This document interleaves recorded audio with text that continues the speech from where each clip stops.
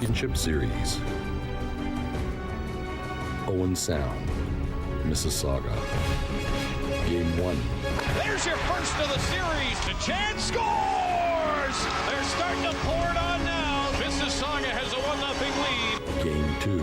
Shot to the front of the net, scores! It scored! Mississauga St. Michael's Majors will enjoy a 2-0 lead. 3. He's on a breakaway, scores! McRae with a steal. It's over! Owen Sound with a gutsy, determined effort on the road. 4. His shot, Anderson scores! Cameron Grace, he scores! Series is even! 5. Scores! Smith coming with the rebound, scores! Mississauga has a 3-2 series lead. 6. It scores! There's a shot, scores! Anything can happen, fans. Tonight, one of these two teams will finish their season champion.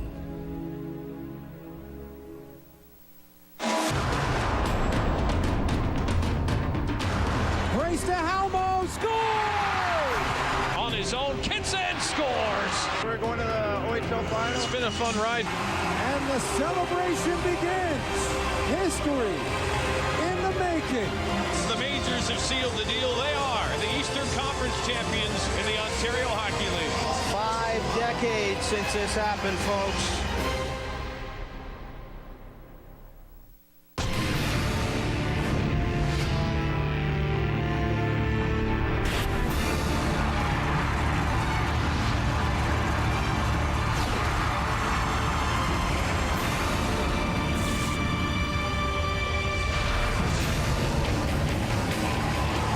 One game to decide the best team in the OHL. Game 7 between the Majors and Attack. Next on Rogers TV. 68 regular season games, 2 months of the playoffs. It's all down to one game between the Majors and Attack. Welcome inside a sold-out and loud Hershey Center. I am Ben Ennis.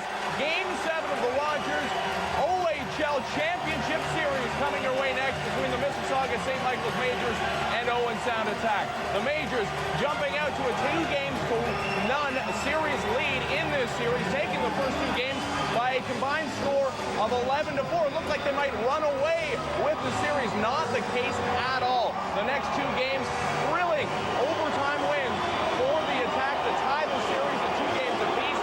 Then came the all-important Game 5 in this building here at the Hershey Center. The Majors taking advantage of 4 power play goals to win that game 7-3. But despite all the success with the man advantage, Dave Cameron not too pleased afterward. Have a look.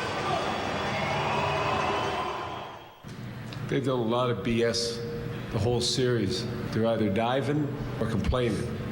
And you got a kid that's been diving the whole series, goes up and just takes the cheapest shot possible. And a comment. The kid had more penalty minutes tonight than shifts.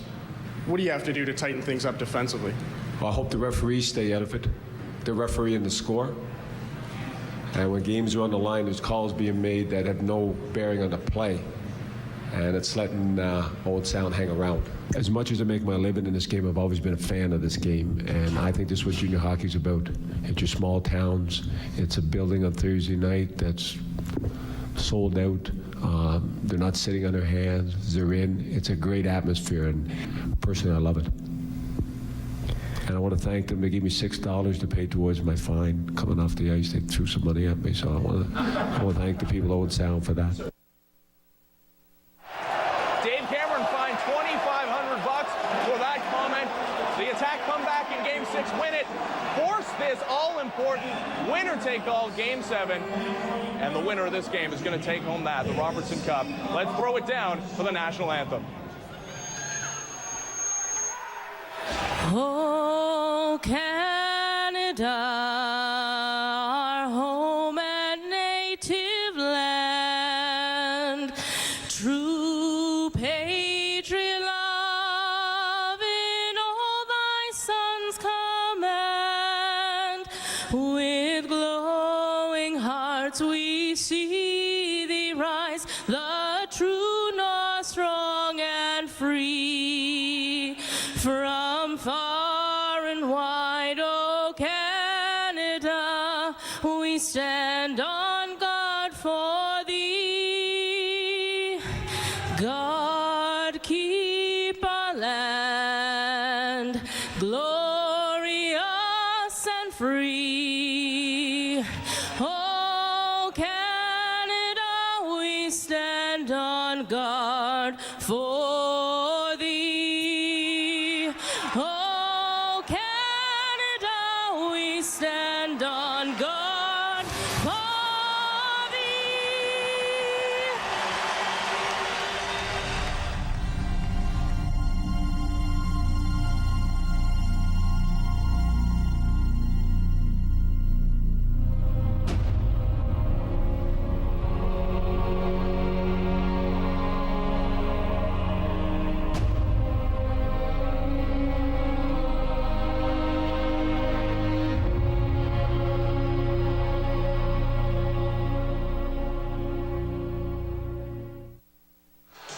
Well, unless your name is Mark Canton, this might be a once-in-a-lifetime opportunity. Game 7 of an OHL championship. The referees this afternoon, Scott Ferguson and Dave Lewis. The linesmen, Ryan Lachine and Jesse Wilmot. Let's hope we don't mention their names too often this afternoon over the next couple of hours. Welcome inside the Hershey Center as Devontae Smith-Pelly gets ready to face it off, along with the rest of his majors teammates from Mississauga, Dan Dunleavy, along with Roger Lajoie. And opportunity is the word for both teams. It is the journey, not the destination, but it ends tonight either way. Game 7. Mark Canton with the first touch for the majors, behind the net looking for Shug to come out of the corner. First turnover, and Hishin with a shot. That one is deflected to the corner. Expect a quick pace off the get-go here with the energy in this building. The Hershey Center has not seen a crowd like this in a long time. And the majors certainly have not here at home as Casey Cizikas tips the puck across the line. And as Toronto Maple Leaf General Manager Brian Burke watches his prospect Blacker handle the puck. Brian up in the auxiliary press box here this afternoon to take this game in along with over 5,000 others. As the majors back up into their own end, and Percy off a line change for the forwards. Holds possession of the back end, tip for D'Souza. Riley Brace along with Rob Flicker drives the net, and Binnington makes the stop. Binnington making his second consecutive start in this series. Percy from the line in front. Second shot doesn't get through, and the loose puck on center ice. Ian Helis over the line. J.P. Anderson watches that one harmlessly off the glass behind him. Helis with a bit of a hip check on Fleming, and the puck behind the net now. D'Souza redirects it over to the far side, and Brace with some room to skate it out for the majors. Up to center ice. Tipped over the line. Now behind the red line. Riley Brace with D'Souza. D'Souza knocked down. No call. Chasing after it over to the far corner. Shevitz. Right by Riley Brace. Short side of the net, majors. With Mayer. Throws it out front. Nobody there. Here's DeRozio with a shot. D'Souza takes a whack of the rebound. And the attack get it out to center ice. First good scoring chance for the majors, made possible by some pressure as we have an icing call. Great energy in the building and good energy on that shift by the majors. Jordan Binnington is the story of this series so far, is he not? That's his playoff numbers, but I'll tell you what, he has been terrific, coming in a stunning manner. Let's face it, who saw that one coming in Game 6? What a great job he did to keep Owen Sound alive, and they're counting on him tonight, Dan, to close it down. Undefeated at home throughout the regular season. The 17-year-old came on, as Roger mentioned, in that last game to get his team to this point in time. And J.P. Anderson, well, this is the 20th playoff game of this postseason. And you see the numbers are outstanding at 2.07 goals against. And Roger, the second best save percentage behind Malcolm Subban at 921. Subban had that good run with Belleville, played only 3 games though in the postseason. Yeah, just like a batting title, that doesn't really count. The 921 of Anderson is fantastic. They would not have been here without him, no question. Gilbert just gets across the line, sidesteps a check, now at center ice. The attack backhanded into the major zone where Kitson is there to meet it. The Russian World Junior can't get it over center ice, so the majors forced back into their own zone. This is one area of Owen Sound's game they've been very effective at, pinning the majors in their own end longer than certainly any other club. And there's a steal by Wilson. Boy, hasn't he been a standout in this series. Garrett Wilson, number 17. Kitson fake playing the body there on Andrew Fritz, and that freed up the puck, but at the line it's kept in. Berdnikov Can't get it deep. And at center ice, over skating the play was Cramarosa, and Anderson steers a shot harmlessly over into the corner. Majors now off the line, change to center ice. Both teams changing it up. And the captain, Casey Cizikas, carries it over the line left wing. Down to the corner. Gloves it down to himself. Out was Devontae Smith-Pelly and Justin Shug. Back at the point, he's got Fleming and Percy to work with behind the net. Smith-Pelly can't get to it. Give away though. Cizikas coming off the left wing boards behind the net. Shug in an open corner. Takes a look towards goal. Nobody there, so it's behind the goal. Smith-Pelly. Cizikas in front of the net. Here comes the pass. Takes a bounce. Went off of Hishin in front of the net. Now Smith-Pelly will leave it for Percy, who comes down to the corner. Smith-Pelly curled behind him to cover the point. Doesn't have to. Šemić will catch up to it. And on the far side, Cameron Brace takes a hit, but the puck finds center ice. Majors coming right back, though. Cizikas left wing. Missed the first chance to clear it around Blacker. Second chance he does, and Hishin keeps it moving. Great pace here to get Game 7 underway. In Mississauga between these two teams, Memorial Cup bound, but they want that Robertson Trophy badly. As Ontario Hockey League champions. Fleming. Rob Flick. Fleming staying home. The last man back. A good thing he did. The Majors turning the puck over as Corrente. Mississauga native look at Hishin. Dance in front. Hishin holds it. Still with it. Now sends it in front. Goes off the skate and just wide. Now from the corner back to the point. Shot. Tip-top in front of the net. 1-0 Owen Sound. Cameron Brace was there.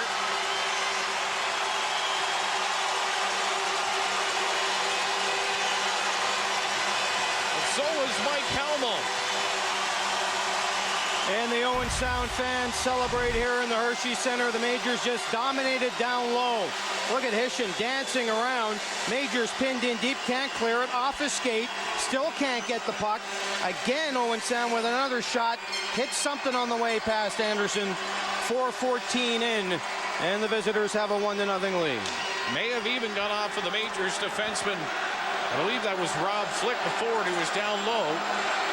Stanis has given credit so far for the goal. We'll wait for the official call from Tony Ambrosio of Rogers Sportsnet, the in-house announcer for the Majors here in Mississauga. In the attack in their own zone, Helis. Out to center ice for Mark Canton, the veteran of these OHL playoffs. Backs up, DeMello far side. First timer to this kind of party, Dylan DeMello. Far side. Along the boards, DeMello comes down from the point, trying to help out Rob Flick on the play. Owen Sound player lost his helmet, has to go to the bench, but no harm for the attack as they managed to clear it down the ice. Still no official announcement on who's been credited with that goal. As the Majors in their own end now with Kitson on the ice along with Cramarosa. Icing called against Mississauga. 14:52 to go in the first, and a 1-0 lead for the visitors against Dave Cameron's Mississauga Majors. A lot of pressure on everybody in the building in a Game 7, but a lot of pressure on Dave Cameron in particular, of course. Head coach, general manager, architect of this franchise. Majors have won 68 games, regular season plus playoffs, but you know what? That's not enough. You need one more if you want to win the OHL championship. Got to be this afternoon, too. Face-off won by the Majors. Here comes the announcement of the goal.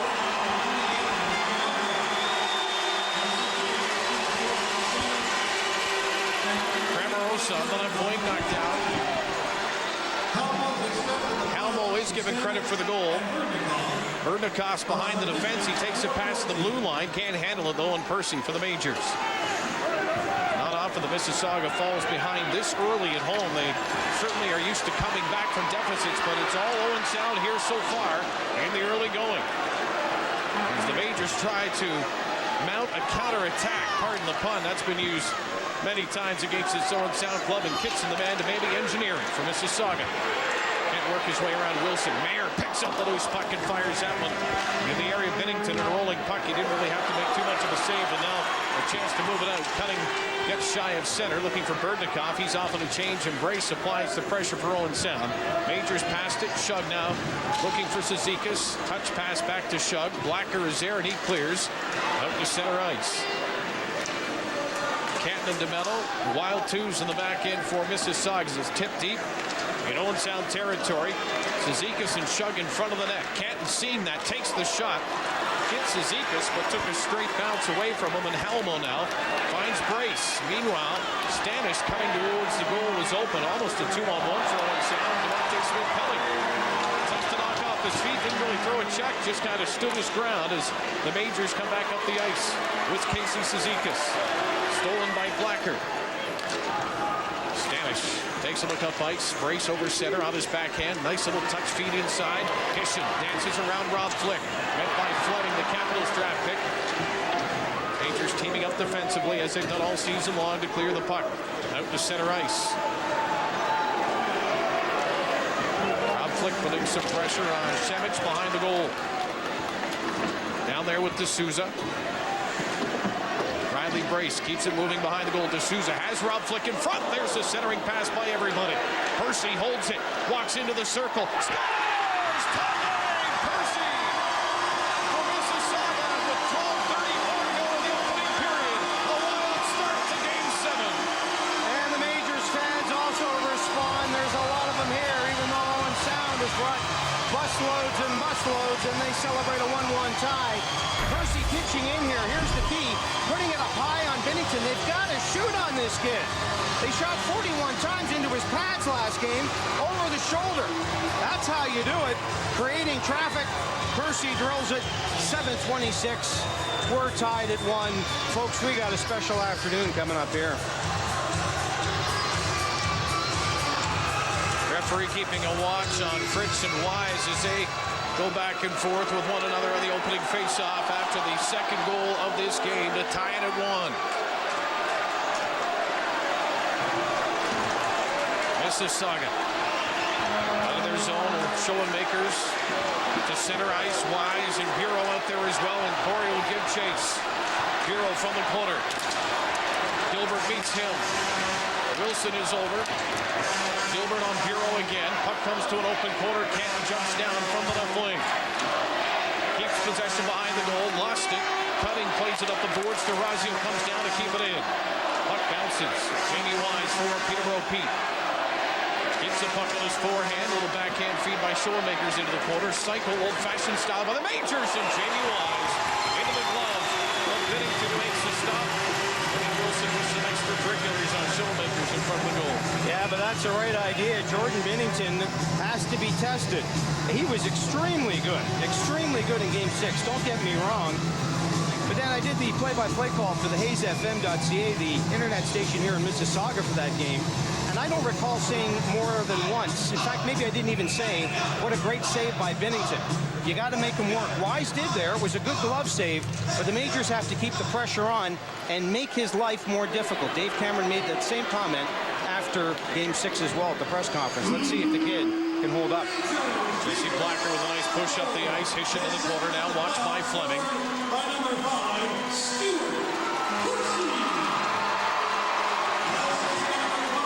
Percy with the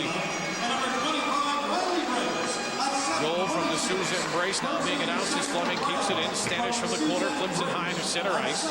This is a dangerous one as it's Cameron Brace stopping in the circle, waiting for help. Passed it behind him, thinking Hishin would go to the boards. Hishin now has the puck. Pass for Helmo.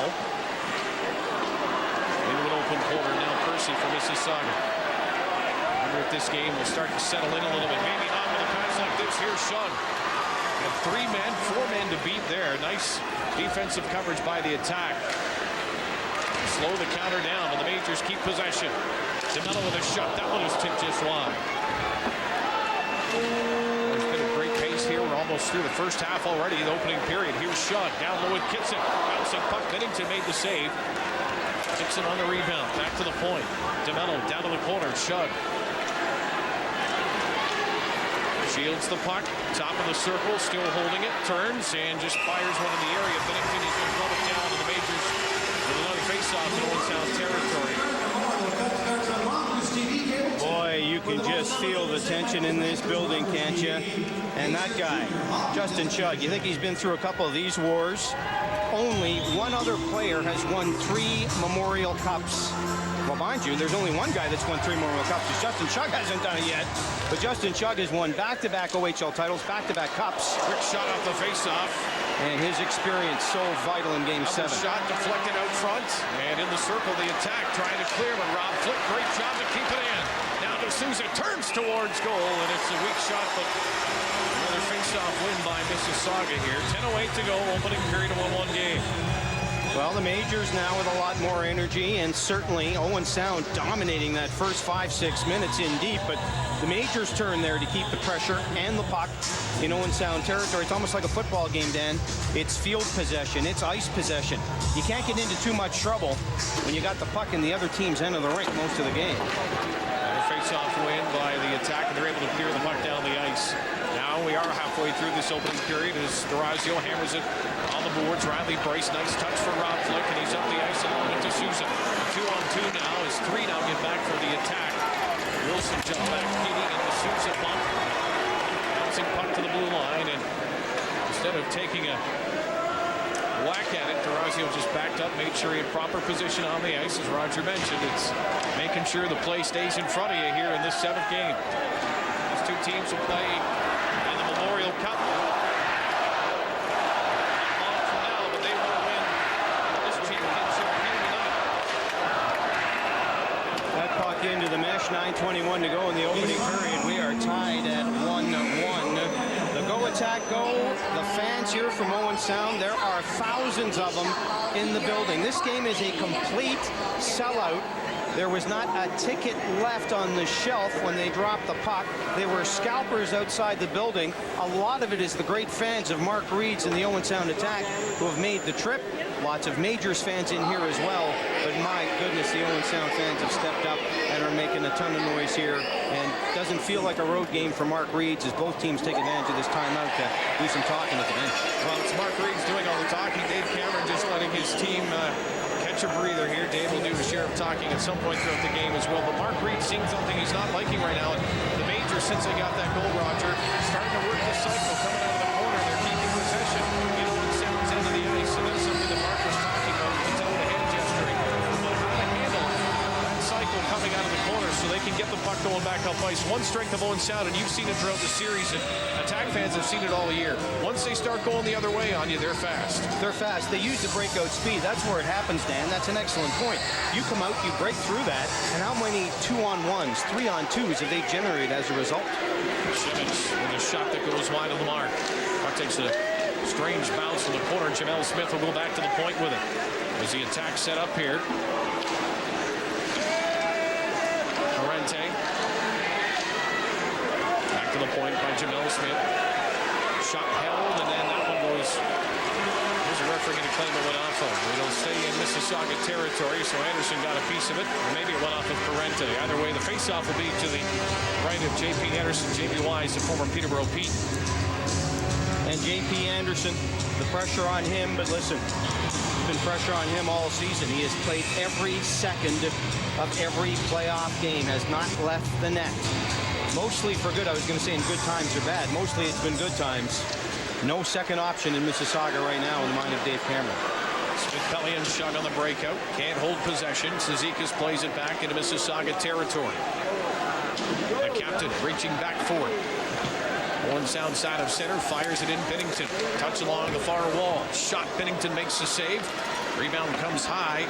Top of the circle. Shug throws it into open ice. Percy decides to come down. Smith-Pelly turns inside. This is where he's dangerous, and he's cut off nicely.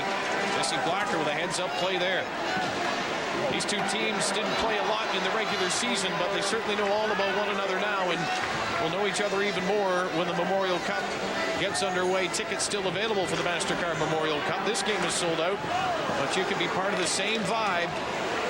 Coming up very shortly in the same building as Casey Cizikas' shot is stopped by Bennington. Wednesday, May 25th, the Attack in the Majors, no matter what, play here at the Hershey Center. And we'll have that one on Sportsnet Radio Fan 590 as Riley Brace working behind the goal against Blacker. Stanish plays it over for Cameron Brace at the point. Brace a stretch pass. Doesn't work. Intercepted by the Majors. Too many men on the ice. Linesman let that one go as the Attack had a couple going to the bench. Here's Canton. That might have been a slap pass with nobody home, and danger in the form of a counter-attack here, but Canton gets back, so it's now a 2-on-2. Passes behind Cameron Brace. Heelis throws it in front of the score! Jared Maidens in the right place at the right time, and the Attack take a 2-1 lead with 7:26 to go in the opening period of Game 7. Well, that play was made possible by Canton's slap shot in the other zone that led to the puck coming down the ice anyway. He did get back, but the attack created another opportunity again on the give-and-go pass. Off a stick in front, maybe a skate in front. One-timer by Maidens, right place, right time. Yeah, it hit a major skate. Hit a major skate right to Maidens. Anderson had no chance. 12:34, 2-1 Owen Sound. Well, you can see DeMello's reaction after the goal. He looked up. He knew that he got caught watching the puck, Roger, instead of looking for Maidens behind his shoulder. He doesn't need to care about the puck at that point. He needs to see who's behind him. And well played by Jared Maidens. He realized the hole was there. He saw DeMello at his head looking to the corner, and he jumped into that spot. And it's a 2-1 lead for the Owen Sound attack, with the faceoff coming back into Mississauga territory. And biggest goal certainly for Maidens in this postseason. Hey, they're all big now, aren't they? But right place, right time. Go to the net. Good things happen. He's fifth of the playoffs. Kitson for St. Mike's. Tips the puck to center ice. Comes back to him again. Also for the Rangers. Defending is Fritz. Carries it over the line. Fritz now from the corner. Takes a look out front. He'll hold it. No pressure now. Fleming comes over. Forces the pass up top. Gilbert. It's not often this year that we've seen any team set up 5-on-5 and have this kind of sustained pressure against Mississauga. The attack, though, here in Game 7 have earned their way, and that shot goes wide of the mark as the Majors look for the game-tying goal here in a fast-paced first period of the 7th and deciding game for the OHL Championship. That puck will go all the way down the ice. Penalty coming up on the play. And it'll go against the Owen Sound attack. J.P. Anderson doesn't know it yet. J.P. just standing in the goal, the crowd calling for him, and now J.P. hears the call. And the Majors with an extra skater on the ice as they'll have to be careful in their own end here as they play this puck. Touched up finally by McNarty. 6:08 to go here in period number 1. And a power play, the first in the hockey game, going to Mississauga. 13:52 will be the time. Majors power play is number 1 in the OHL. In the postseason, 30% efficiency. 30%. Jay Gilbert takes a high sticking call. And the Majors will be looking to try to draw even here. McNarty to take the face-off against Zizekas. That was Hishin on that face-off. Canton lays it down to the corner. Far side. Majors, nice puck movement, and Devontae Smith-Pelly missed the mark and then went down as if he was in some kind of pain. Meanwhile, a 2-on-1 counter. Here's Wilson, holds it, nice feed, and the stick came out to deflect the puck off the end of the stick of Hishin, and the Majors come back with a 3-on-2. Here's a shot. Binnington with a save. He holds it. Rebound. Puck is loose, and he dives behind him to pick it up. End-to-end action here on the Mississauga power play. Stays 2-1 Owen Sound. Boy, what a job by Anderson to see that play develop and just shove his stick out and then create that odd man rush for the Majors on the power play. Watch how Anderson darts it out here. 2-on-1. He sees Wilson threading the pass. Look at this. Out comes the stick. Out comes Shug. 2 attack, trapped in the zone, and the Majors get a chance at the other end as a result. Face-off won by Mississauga. Here's Durazio. Far point. Fleming. Durazio, top of the house. He has Mayer to his left. That shot deflects in front. And the puck just rolled near Maxim Kitson. He couldn't get a shot away as the Majors with Rob Flick from the corner. McNarty's lost his stick. It's in the corner. Majors now with some extra room up top because of it. Start to work it down. Oh, scores! Jordan Mayer. That puck had eyes as it found the far side of the goal, and we're tied at 2. A power play marker for Mississauga. Shoot up high on Binnington. Shoot. Make him work. Make him stretch. Don't put it into his pads. That's what the Majors did in Game 6. And they do it again on the power play to make it 2-2. Watch the cycle. Quick passes. Durazio to Mayer up high again. Might have hit something, but found some white space. Let's watch. Did that hit something? Could have hit the Owen Sound defenseman's stick. Or Kitson in front. Either way, it's 2-2 for now. It's Mayer's. Doesn't matter who scores them now. We're back at 2. Boy, if this first period is any indication as how the rest of the afternoon is going to go, fans are not going to have long to rest the local courts. 4 goals here already. Still 5 minutes to go as Corey Bureau is knocked by Helis. And Helis now on the right wing carries it over Mississauga line. Takes the shot. Stopped by J.P. Anderson. Anderson with another save from a tough angle. As the attack come flying out of the gate after giving up that tying goal. On a short-handed Shevich. Well, here who gets credit here is Tony Ambrosio makes the call. It is Jordan Mayer who gets credit. Souza at the Owen Sound line, trying to make his way around Helis. Now cutting from an open corner. Has trouble with the puck, rolling on him. Now it settles down as he gets to center ice. Hits the outside on flick and hammers it in. Anderson got a touch on it, not much though. Berdnikov now. Against the boards. He and Percy doing battle. Berdnikov so strong, using that upper body strength to come out from the corner and put it back to the point. Puck takes a deflection. D'Souza trying to close down Gilbert before he gets the shot away. Got a piece of it. Puck centered in front. Here's Wilson with a shot on that one.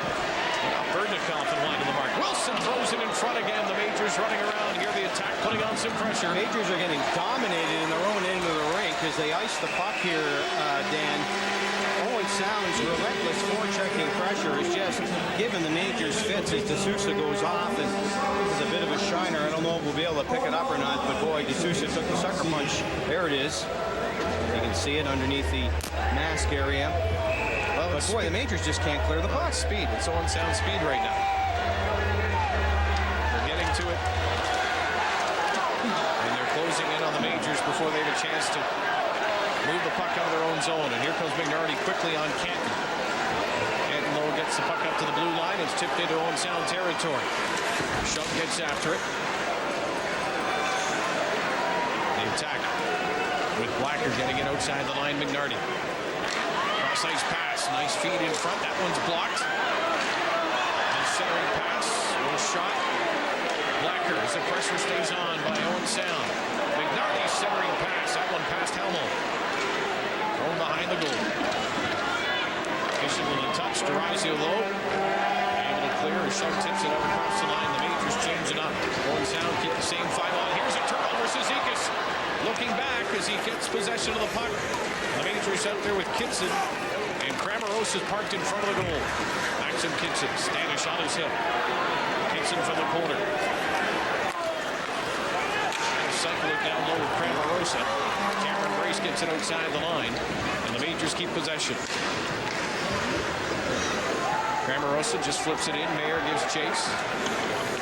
Stanish trying to rip it out the far side with Jared Maidens. Cameron Brace giving him up by Kitson, but it's Helis now who gains the Mississauga zone. Parente his stick on the puck just to knock it away for a moment. Maidens off the far boards, curls inside. Shevich from the top of the circle, and with a crowd in front, you can tell what the MO of Owen Sound is. That puck didn't get through that time. Majors, Kitson. This goes off the skate. Helis, one man back, and it's Percy. Helis takes the shot, goes off the skate, comes back for the rebound, and fires it wide of the mark. Boy, you can kind of see that play developing, couldn't you? Another turnover. Berdnikov comes down. From the corner, centers in front, wide open. Great chance in front of the goal. Chitterly couldn't get the shot away. Wilson, as the attack keep pouring it on here. 1:35 to go. Berdnikov throws it in front and just behind Matt Petgrave. And the speedster fires it back into Mississauga territory. Owen Sound speed is the factor right now, Dan. They continue to keep the Majors pinned in their own zone because they're so darn quick getting to the puck. Majors counter with D'Souza. D'Souza has Brace with him. Throws it in front, and Brace just missed it. Rob Flick from the point. Behind the goal, Riley Brace. Being watched there by Wilson. Jay Gilbert, Fort Stanley native, takes his man down. D'Souza gets right back up again. Referee on the puck, seeing the puck is loose. Now it's pinned against the boards. And a crowd of players in there as Kevin Cutting comes down, and the referee decides now might be the time to blow the whistle with 55.6 seconds to go in a 2-2 game here in period number 1.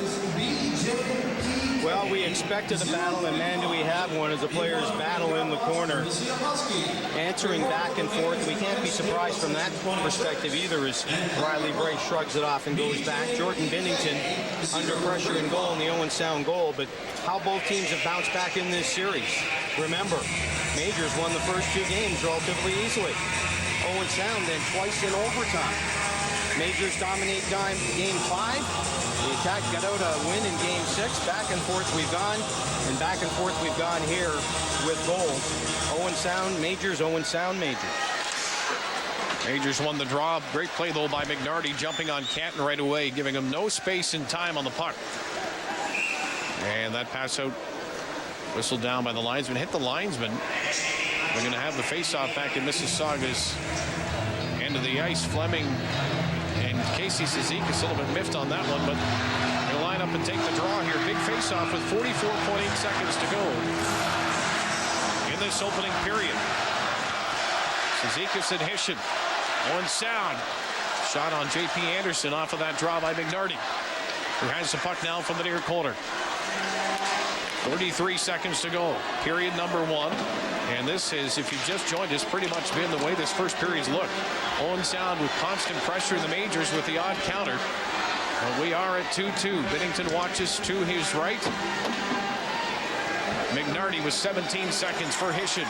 McNarty gets a return pass. Canton ahead of him. McNarty tried to feed it into the slot. Smith-Pelly takes his man instead of the puck. Back to the point. Shot deflects in front. 6 seconds to go. Cizikas for the Majors. We'll just flip it into the zone.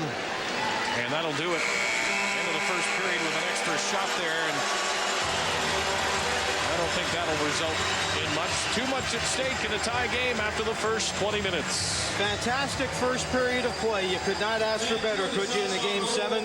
Captain Casey Cizikas and the Majors will skate off, trying to figure out how to deal with Owen Sound speed. The Attack will skate off and figure, you know what, that's a good first period for us on the road, even though they've got a lot of fans in here. Nothing has been decided in this series, and nothing has been decided in this game. 2-2 after 1. Let's go down to the panel and hear the thoughts with Ben Ennis and the boys.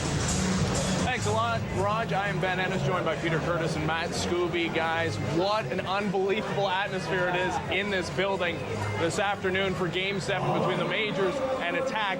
Hard to even hear yourself think when the fans are going bananas, but I think for both teams, probably happy to get a couple of goals on the board, but the Majors, a couple of defensive lapses in that first period. Well, when they started, it was one of these moves where they didn't get the puck out of their zone. They were scattered. The defensemen were panicking. Owen Sound made them pay very quickly, and right away you could tell the Mississauga bench a little disorganized, even on the line changes. Yeah, and I think even coming back on their back check, they're completely lost coming back on defense because, you know, we saw Helis make a great pass in front for the second Owen Sound goal, but they just don't seem to be able to find the man. Like, they're right in between both Owen Sound forwards coming forward. They have to correct that on the back check as well going forward. So the Majors and Attack all tied up at 2s through 20 minutes of play. Joey Hishin downstairs with Alicia Warner. Thanks, Ben. Joy, that's an interesting first 20 minutes for you guys. You grab a couple one-goal leads, and then they just keep storming back. Your thoughts, especially on your assist on the game's opening goal? Yeah, I mean, I think we came out pretty strong and did what we wanted to do. We know how well they play in this rink since this is our 4th time here in the playoffs. So it's been an awesome series so far, and like you said there, they battle back no matter what the score is, so we got to keep working hard. It's been quite a year for you. You drafted 17th overall to the Colorado Avalanche in the offseason. Then you go to World Junior Camp, and then you find yourself in the Memorial Cup. Did you ever think on top of all that you'd be playing a Game 7 in the OHL Final? No, I mean, I've dreamed of this for 4 years now, and never really had the opportunity to go far in the playoffs. So this is a lot of fun, and it's a great experience, and hopefully we can top it off here tonight. Deadlocked at 2 here after 20 minutes. What do you need to do in the next 40 to keep the pedal down and come away with the cup?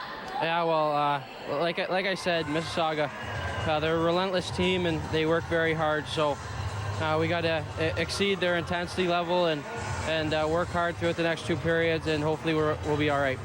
Joey Hishin of the Owen Sound Attack were tied with the Majors after 20 minutes here in Game 7 at the Hershey Center. Join us for Game Notes. After the break, you're watching the Rogers OHL Championship Series on Rogers TV. Hi, I'm Bobby Gillespie, president of the Owen Sound Rotary Club. I'm here to thank our Owen Sound Attack Challenge sponsors. Their contributions make Rotary projects a reality. Takes a look out front, backhand pass, knocks it down again, scores! Oh my goodness! Johnny on the spot, and he started it all, so why not finish it? Pass to the far post, and a one-timer! And the puck finds the back of the net.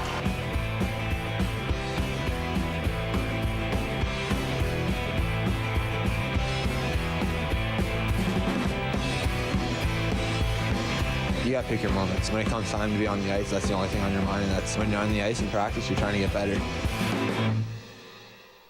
Welcome back inside a sold-out Hershey Center as the Mississauga St. Michael's Majors Owen Sound Attack all tied up at 2s through 20 minutes of play. Game 7 of the Rogers OHL Championship Series. I am Ben Ennis, joined by Peter Curtis and Matt Scooby, as we're going to break down the first period of play for you.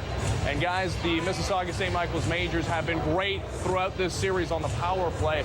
Tons of power play goals. They get the only power play of the first period, and no surprise, they score on it. Well, it also helped that one of the Owen Sound players didn't have a stick, so it was almost a 5-on-3. But we talked about it earlier in the game. Who would be repping? Would they swallow their whistles?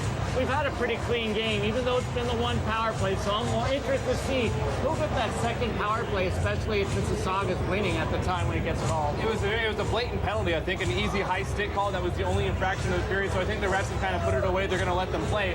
And I agree that it was McNarty. It was Robbie McNarty that lost the stick on that play, and it really allowed the Majors to move the puck and give Durazio and Fleming credit, who got the assist on the goal, got it over to Percy, and Jordan Mayer scored the power play. Jordan Mayer, to Mayer on the left side as well. So, but even contributions from Stuart Percy as well. You know, second goal of the playoffs. No, not known for his offensive prowess, but you know, getting contributions from everybody right now. Yeah, great time to come up with your first goal of the series as it tied it up at 1s at that point. Don't forget on that power play as well, just minutes before Jordan Mayer scored, the Owen Sound Attack had a shorthanded 2-on-1, and JP Anderson made a fantastic poke check, or it could have been a completely different tone to that first period. As it turns out, the Majors and Attack all tied up at 2s through 20 minutes of play. Matt, you wanted to talk about the turnovers in that first period. I think it's just a little bit right now. It's interesting for a Game 7, and I think it's nerves. You just have to blame it on nerves at this point. You can't forget too far forward that these kids are, 17, 18, 19 years old, regardless of how big the stage is, that they're going to be nervous, and it's going to be, they're not professionals yet. This is more experience. Reading the notes before the game, the Majors have a little bit more Game 7, even more a little bit playoff experience than the Attack do, but the Majors Attack's first goal was because of a Majors defensive turnover. And even through the neutral zone, a little bit of sloppy puck play, so both coaches, I think, will have a word for their rooms about kind of cleaning that up in the next 40 minutes. And when you look, it is a young roster, but I almost felt we were at the Hershey Center in Owen Sound. We'll give the fans credit. They were here way before the warm-up started, and this was different for Mississauga. They're used to a quiet rink, getting their work done efficiently. They got fans booing them in their own building. I know they're happy about fans, but not the ones that are booing them. It's louder when the Attack score a goal than the Majors score a goal in here right now. Just a loud atmosphere in general for both these teams. Both fans out in full force. We know these two teams will be in the Memorial Cup. Let's talk about the other two participants in the Memorial Cup. Let's throw it upstairs to Brad and Will.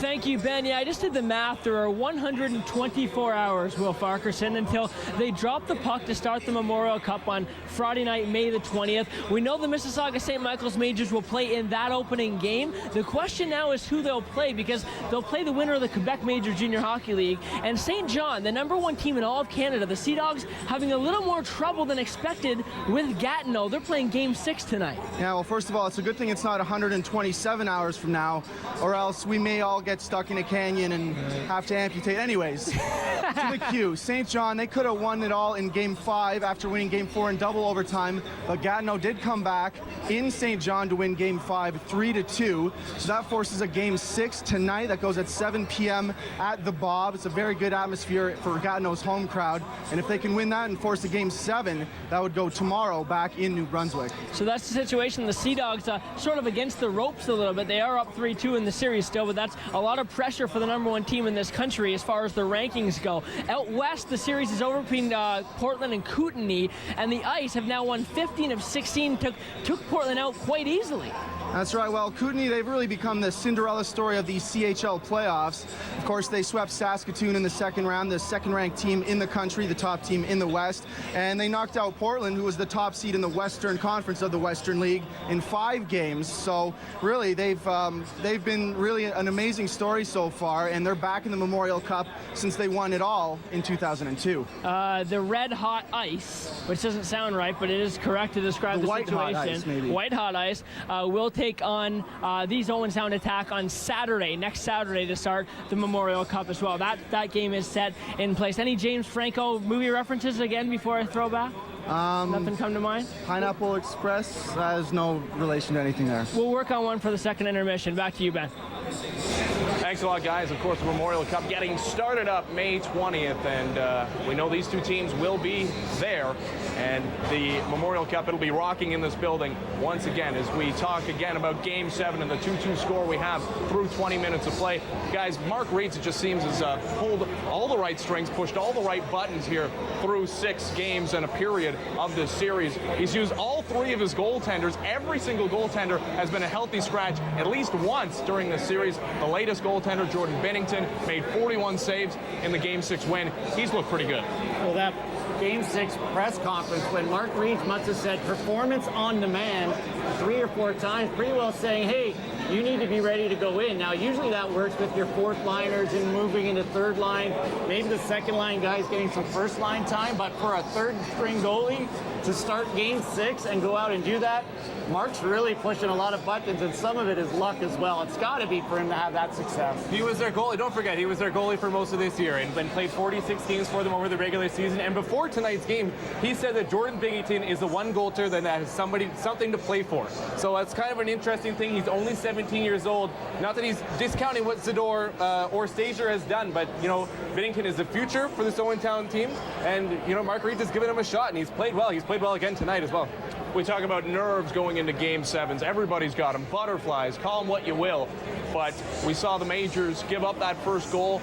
Maybe another team might have collapsed. They just fought back, tied the score up, took a couple of leads, did the Owen Sound attack, but the Majors fighting back. I think both teams probably have those nerves out of their system now after 20 minutes. I think Mississauga a bit settled down once they threw a couple of body checks, Ben. You noticed it as well. It was scattered play. They got scored on. All of a sudden, they went and they started throwing some checks, going a little bit further in the corner, making someone pay with a little body contact.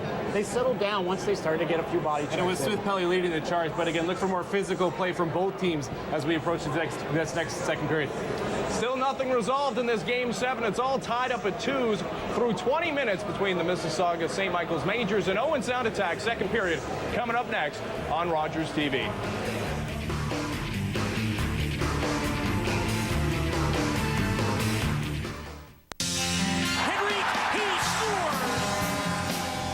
Adam, why do you play hockey? Well, I love to play. It's fun. I like to compete and stuff. The character that Adam Henrique has. We knew it was going to be a battle, but you know what? Once we got here, there's no stopping us. Adam Henrique wins it for Windsor. Which is more fun, winning or losing? Winning.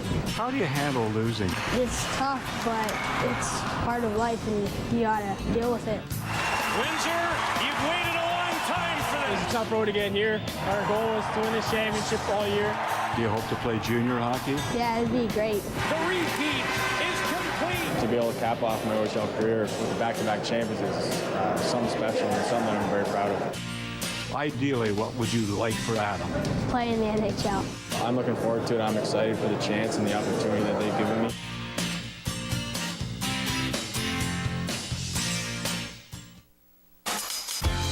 Hi, I'm Bobby Gillespie, president of the Owen Sound Rotary Club. I'm here to thank our Owen Sound Attack Challenge sponsors. Their contributions make Rotary projects a reality.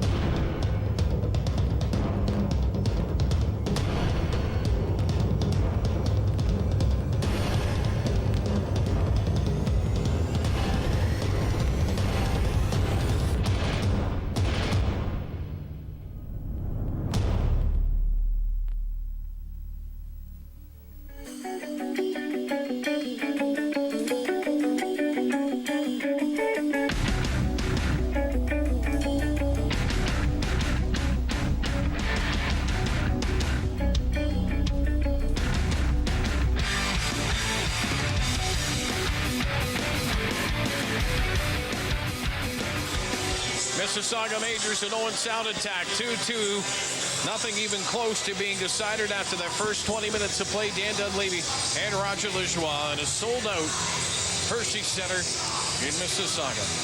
10-6 the shots on goal, favoring the visitors in that opening period of play. Favoring the Majors in that opening period of play. A little misleading, though. Owen Sound had a lot of pressure and a lot of offense in Majors territory, despite that shot differential.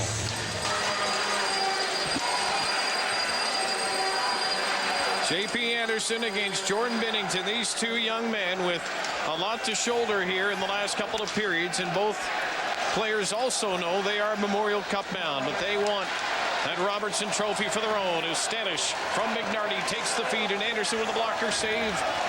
Stanish in the corner. Majors now seeing if they can't clamp it down a little bit. Play Mississauga hockey here in the second period. Casey Cizikas behind the net with Shug in front of the goal. Out there with Devontae Smith-Pelly. Fleming on the back end takes the pass from the far side. Puck is tipped by Helmo. Majors keep it in the zone. Fleming holds it, takes the shot, and a blocker save. Actually, maybe the pad of Binnington as he got down over at that far post. Shug looks down to the corner. Won't catch up to Matt Stanish, so the Burlington native with a feed through center ice past everybody. And even J.P. Anderson had to have a heads up on that one as it took a bit of a hop on him. Once it hit the paddle, it was down square. Now at center ice, it's tipped. The Majors forced back into their own end. You mentioned the two goaltenders, the pressure on them, Dan. What teams have to do is stretch the goaltenders out, make them move.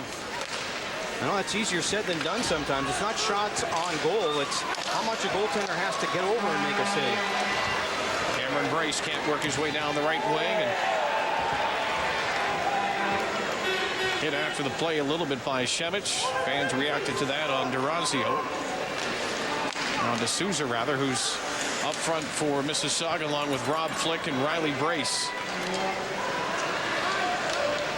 DeMello up ahead to center ice, tipped in over the Owen Sound line.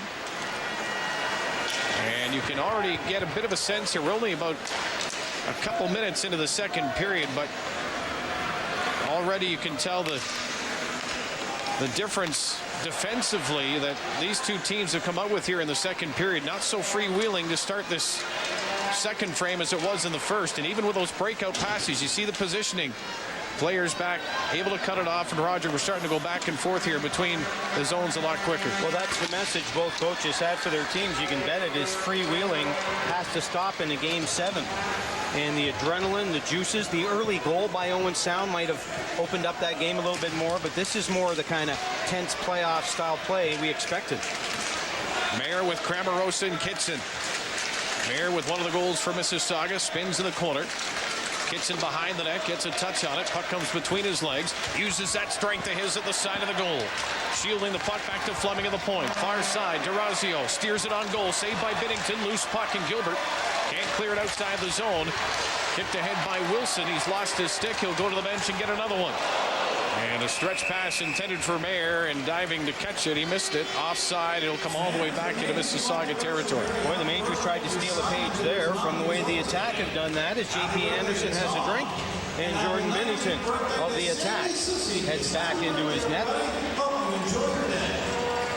Boy, the pressure you talk on these two kids. You would assume the goaltending advantage would be to the Majors. Anderson's the veteran, but Binnington has just done such a fantastic job coming in here in the ultimate pressure situation with his team's season on the line in Game 6. Well, and he did it all year, didn't he? Binnington for the Owen Sound attack, stepping up to take the starter's role.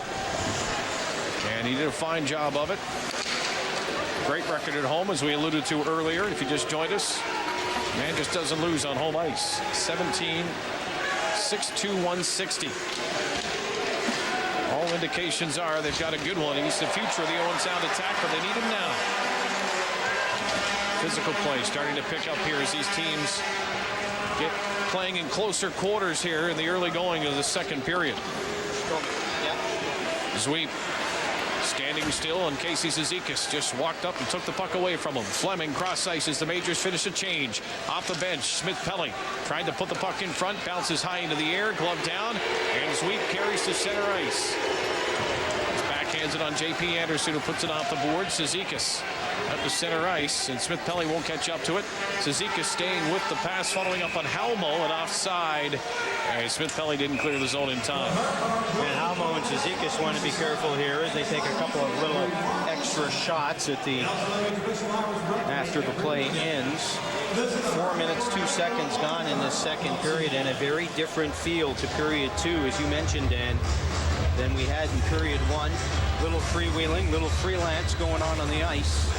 None of that now. Both teams starting to tighten up, and as this game gets deeper, you can imagine it's only going to get that much more difficult to find room.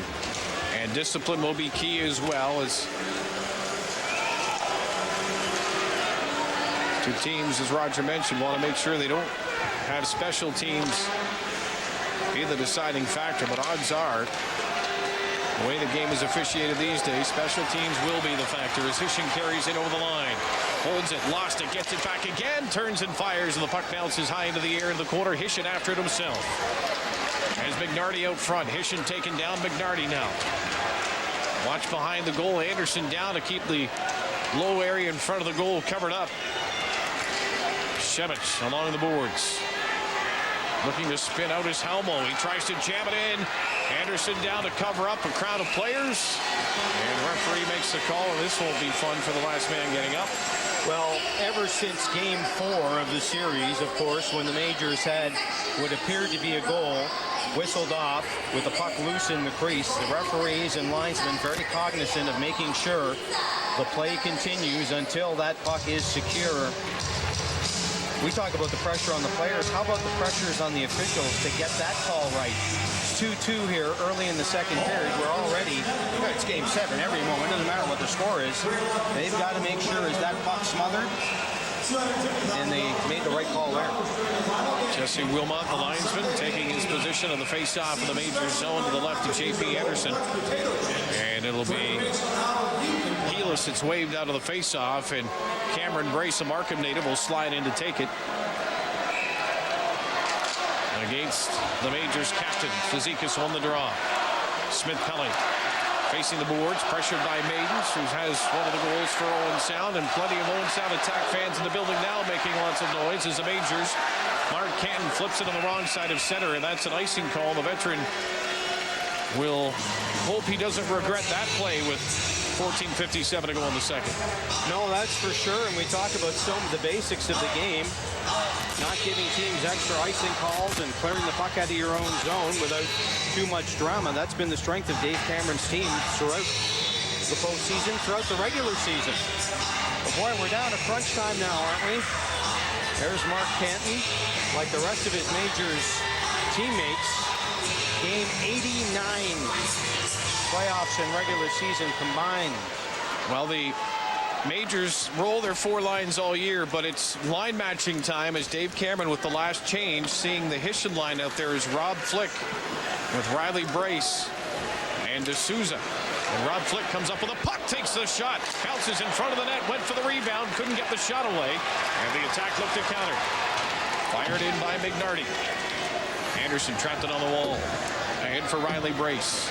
Can't tip it outside the line, but he gets some help on the play, and now it's center ice.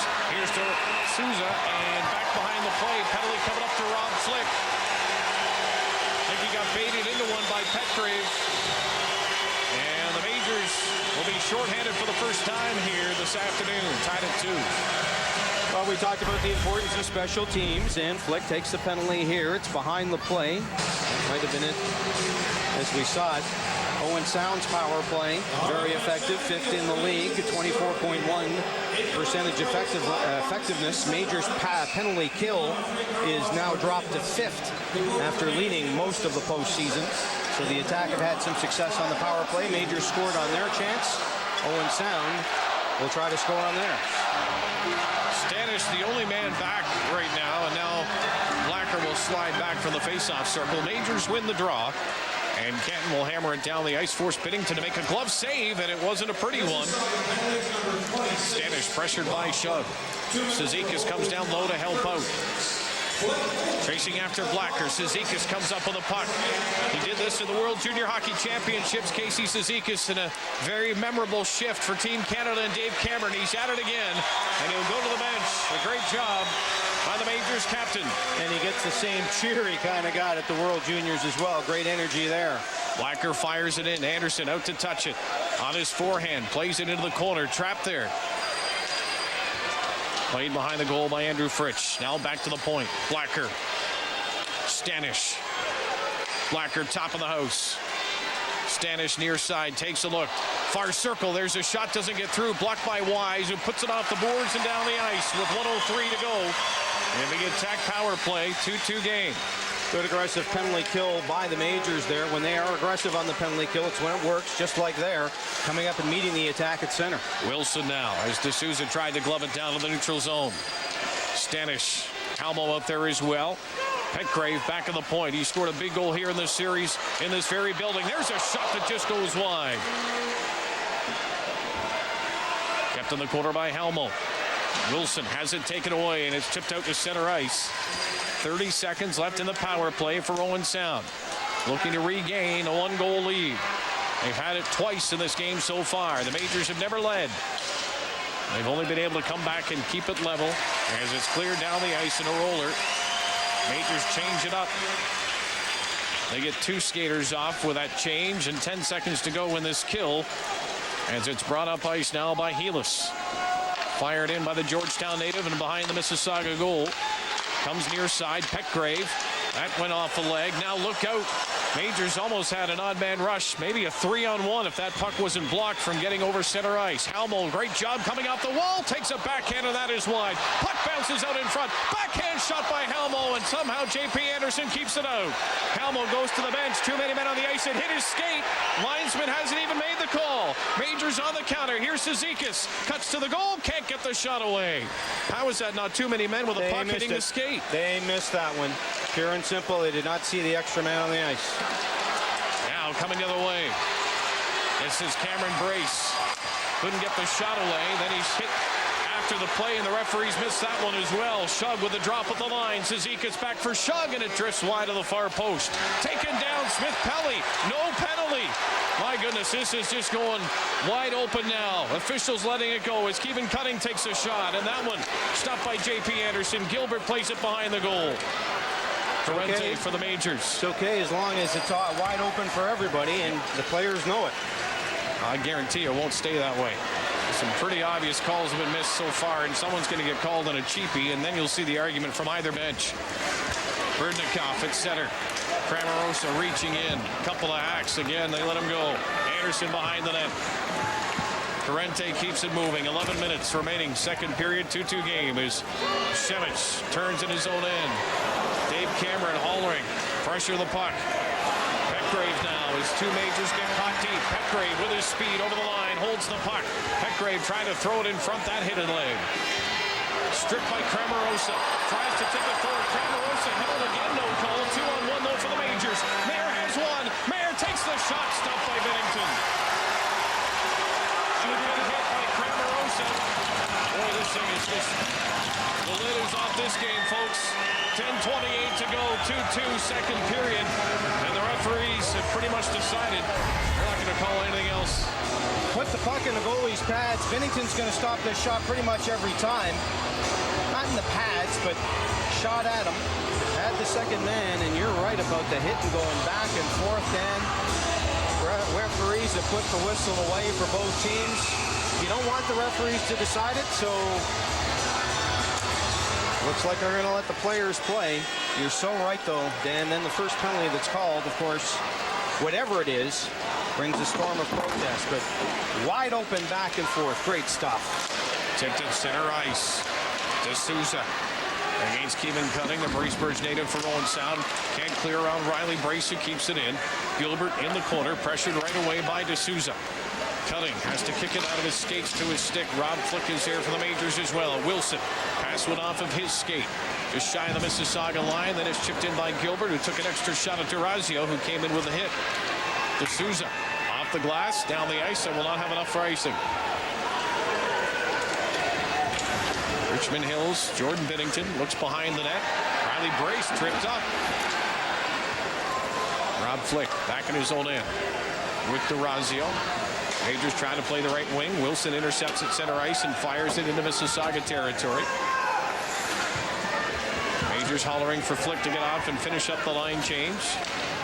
That gets the captain Casey Cizikas onto the ice as the Washington Capitals draft pick. Fleming behind his own goal, trying to work away from Berdnikov, and he does. Cizikas, the Islander pick, lets it go. And that's an icing call against Mississauga with 9:09 to go here in period 2, a 2-2 game 7. Alicia Warner has a special guest. That's Brian Burke, the general manager of the Toronto Maple Leafs. Alicia.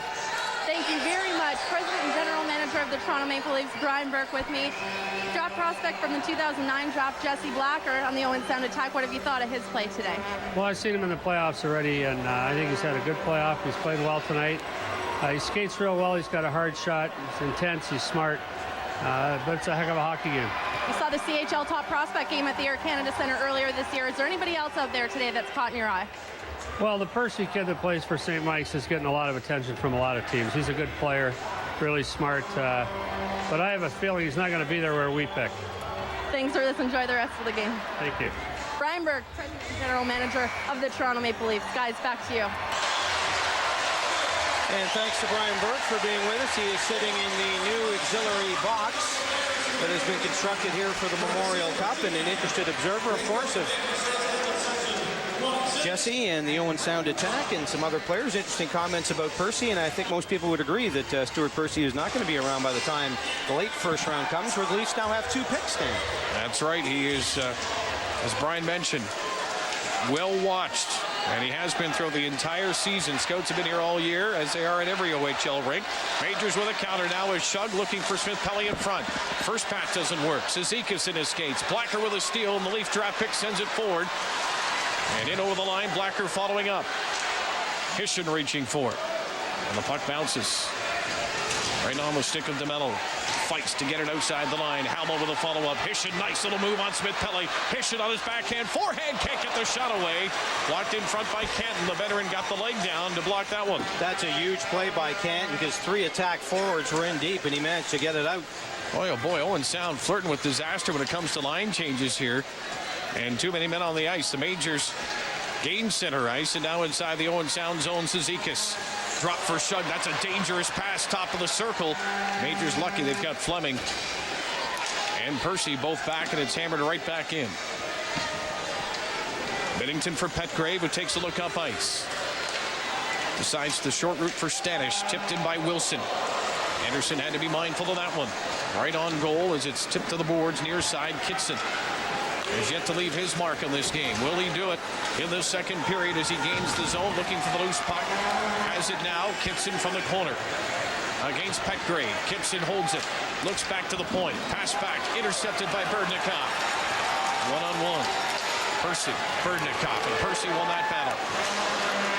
Percy and Canton have been outstanding in this second period for the Majors as the attack not getting in the way they did in the opening 20 minutes. Every one-on-one battle now is so huge on every shift.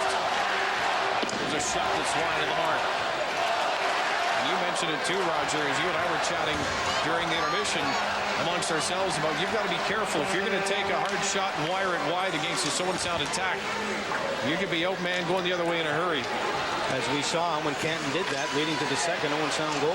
Jamie Wise out there trying to strip the puck away from Maidens, who very dangerously comes out the side of his net, but he makes it work. The attack trying to set up down low. Maidens in front. Bouncing puck turned in front of the goal. Anderson another save as Heelis threw it out in front of the goal. And now Corey Bureau the other way with Jamie Wise, and that's as far as the Majors get. DeRazio from his own line to center ice. Bothered, but hammers it in and off the boards to Souza. Doesn't get there ahead of Gilbert, but Gilbert lost the puck. Down near side. Hamill waits on it. Backhander. Knocked down by Fleming. They're going to call that one a high stick. 6:22 to go in the second period, and has this second period ever settled down after a little bit of fireworks in period number 2? Stuart Percy gets some refreshment. Percy, Canton, Fleming, the Majors defense. One of the strengths of this team. how tight they are. And there on the scoreboard, they're greeting Hazel McCallion here in Mississauga, and that's the reason for the big crowd. Eugene Melnick, the owner of the Majors, there as well. And Jason Spezza enjoying the game from the Majors box, the reason for that big cheer. Riley Brace against the boards. But it's just a very different second period than period one was, Dan. Well, you brought up a great point. Coaches told the players it has to be. Although for the fans, I think they'd love to have another period like the first. I don't know if we could stand another period like the first. Oh, boy, was that exciting. Why not? This might be a once-in-a-lifetime for many people in the building. Riley Brace, just shy of center. D'Souza has the puck go past him. D'Souza's had some big moments in this postseason. They're hoping he has another one here this afternoon as Hishin carries over the line offside at the Majors line. Well, the Majors do not necessarily make a big deal about shots on goal. Most teams wouldn't, and why would you? It doesn't matter. But today's shots are just 14-12 for the Majors with 5:35 to go in the second period. And I just think when you've got a young goaltender like Jordan Binnington, who is playing for the Attack in a Game 7, they are still not making his life difficult enough. The Attack only have the 12 shots, but they've had several good scoring chances in addition to their 2 goals on Anderson. Shots on goal don't mean a lot in terms of territorial advantages, but you still have to make sure the goaltender is busy, especially when it's a youngster like Binnington who continues to answer the call for Owen Sound. Binnington behind the goal, pressured a little bit there to move the puck. Now it's Berdnikov just shy of center. He shovels it ahead. And the shot steered off the glass. DeMello played it in the area of Berdnikov, and he's working down low line with Andrew Fritsch. Berdnikov takes it. He's got Wilson out front. Cutting wants it back to the point. Berdnikov turns, using his strength as well to keep the puck in good position. Penalty coming up to DeMello as Wilson went down, and here's one of those calls. Yes, it was a trip. But boy, oh boy, after you let everything go for most of this period, at some point you knew somebody was going to take one. Yeah, but that's a penalty. 15:05, no question about it. DeMello goes into the box, and Owen Sound goes on its second power play of the game. There's just been 3 minor penalties called in the game. Second one here to the Majors, 1 to Owen Sound. In period number 1, Majors have a lone power play goal, and there is no question that's impediment as Hishin decides to go for the puck along the boards. Power play, Owen Sound. Percy in the corner, pressured right away. Hishin trying to dig it loose. Wilson behind the net. Out there along with Fritsch. Back to the point for Blacker and Stanish. Blacker bouncing puck, gets it back again. Wilson takes a look. Hishin with Wilson, now changing spots. Blacker has Bureau right in front of him. Jamie Wise out there for Mississauga as well. Now it starts to open up with this movement, but the Majors close it down again. Blacker holding. Stanish can't find a hole. The Majors clear it. Bureau down the ice. Quick change by Mississauga. 2-3 new skaters. All 4, they get a wholesale change here. And that's key on a power play to keep that energy level up.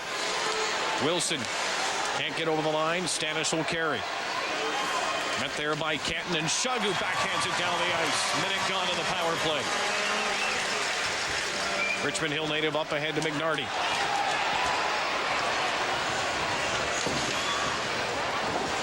Back to the point, Petgrave. Shevich. Nice pass, McNarty. One-timer. Could make it work. Canton is everywhere. He blocked that shot as Anderson was skating across the crease. Here comes Casey Cizikas again, shorthanded. Gets the puck in Owen Sound territory. Majors get 3 fresh skaters out there with 30 seconds left to kill in this Attack power play. And an icing call coming up against the Attack. With 28 seconds to go in their power play, 3:23 to go in the second period, 2-2. This is Game 7 of the OHL Finals. They don't keep time of game played in the OHL. I would suggest to you if they did, Mark Canton's numbers would be off the charts. They brought him into this organization like you do anybody who's won a Memorial Cup. For this game, this experience, Canton has been terrific in this period. Riley Brace with a quick backhander off the faceoff. Took an interesting route through the faceoff circle after the win. Wilson down the left wing with 14 seconds to go in the power play. Still after it behind the Majors net. Gets some help. Halmo, top of the circle. 5 seconds to go on the power play. Halmo behind the net. Stripped by Percy. Wilson centers. Nobody there. Majors on the way in, coming out of the box. Here's the pass. Oh, just missed it. Cramarosa had him. And they missed by that much, as they say. Yeah, Maxwell smart indeed. And boy, just under his stick. Got a piece of it, though. There was no icing. Here comes Petgrave. Petgrave's shot stopped by Anderson. Steered to the corner. Attack changing up. Majors trying to take advantage. Here's Kitson. He's on his own. Maxim Kitson fires a shot high and wide. Kitson had the right idea, though. Make the goaltender stretch. Get it up high. At least Binnington had to move on that one. Kitson comes over to watch Wilson as Petgrave and Mayer battle on the far side. Mayer comes up with it. Pass back to the point. Bouncing puck. DeRazio just keeps it in the zone. Wilson gets a skate on it. Following up low, Jamie Wise. Mayer down low. Kitson trying to jam it in front. Puck still loose behind Maxim. He can't find it. Petgrave did, and he clears it down the ice, and J.P. Anderson will have to get in front of this one. Under 2 minutes to go, second period. Both teams finishing up a change. There's a trip, not called. Mississauga fans reacting to that. Puts it off the board. Smith-Pelly, it's behind him. Casey Cizikas on this right wing. Nice job by Stanis to keep him against the boards. Shug down there as well. Cizikas leaves it in the corner. Justin makes the turn. Shug looks out front, throws it there, and it missed Smith-Pelly. Canton trying to keep it in the zone and bring it a 2-on-1. Back the other way, coming Owen Sound attack, and a penalty coming up. It's good against Owen Sound. Holding against Halmo. Holding the stick will be the call. Smith-Pelly goes over there and kind of grins at Halmo because Smith-Pelly went down. He said, he's got my stick, he's got my stick. Now he's going to give it to Halmo as he goes to the box.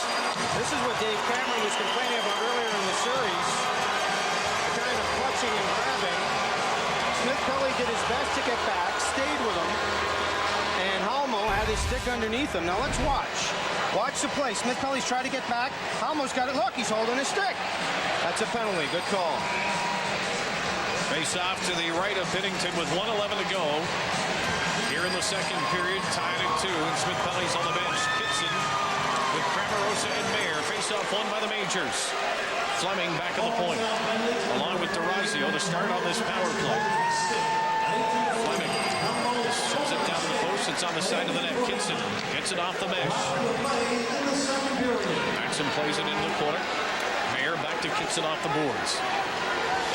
Going to find a way to get Kitson in front of the net. There's a shot deflected just wide. Mayer came down to the post. Fleming keeps it moving. Now Mayer springs loose to the far circle. Kitson now is in front of the net. There's the shot. Kitson can't reach it, and it's cleared. Garrett Wilson with a chance in the backhand, and he clears it outside the line. Good job by Wilson, showing some hops to get to that puck. Fired in. Awkward bounce out of the corner. Gilbert's lost his stick. Majors with a real opportunity here. Stopped by Binnington. Loose puck in front. Binnington's got it. Referee's got to blow this down, and he does. Great saves by Binnington there. The Majors did try to make him move, created traffic in front, Kitson all over the place, and Binnington stands tall. Couple of major big-time saves there, and then had the presence of mind to hold that puck with the traffic. Watch a shot come through. Binnington with a save. Then you got to ignore all that traffic in front. He's got that puck trapped, and it is not coming out. Binnington, the hero here on this penalty kill. 16 seconds left of the period. Majors power play with over a minute remaining. Canton with 10 seconds to go in the period. Lost the puck. Majors maybe one more shot. Percy comes down. That's deflected. Shug. Someone needs to get it on goal. Here it comes from the circle and fired wide at the buzzer. Majors will have 58 seconds remaining in the Halmo penalty to start that third period on the power play, tied at 2. So it has come down to this. 68 regular season games, 4 rounds of the playoffs, Game 7 of the finals, and we need the third period to even determine who's going to have the lead, never mind win the game. 2-2 after 2, a classic this afternoon in Mississauga. Back to the panel we go, led by Ben Ennis. Thank Thank you very much, Roger Lajoie. I am Ben Ennis, joined by Michelle Storino, Peter Curtis. It's still 2-2 through 40 minutes of play of Game 7 of the Rogers OHL Championship Series.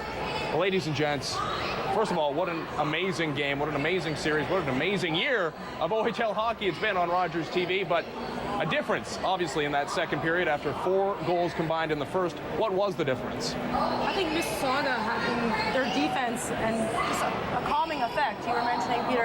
And a big guy behind that is Mark Canton. You saw him block shots on the PK, you saw him block shots on that 3-on-1 down low. Somehow he still decided to get his shin on that puck, and just he's a calming effect out there for the Mississauga St. Michael's Majors. Him and Stuart Percy has been playing fantastic as well. Well, there's so many turning points in the season, but maybe for Mississauga it was in August when they got Canton, when Windsor said, we can't do 3 in a row. I know people in Windsor are watching now saying, why did we do any of these trades in the summer?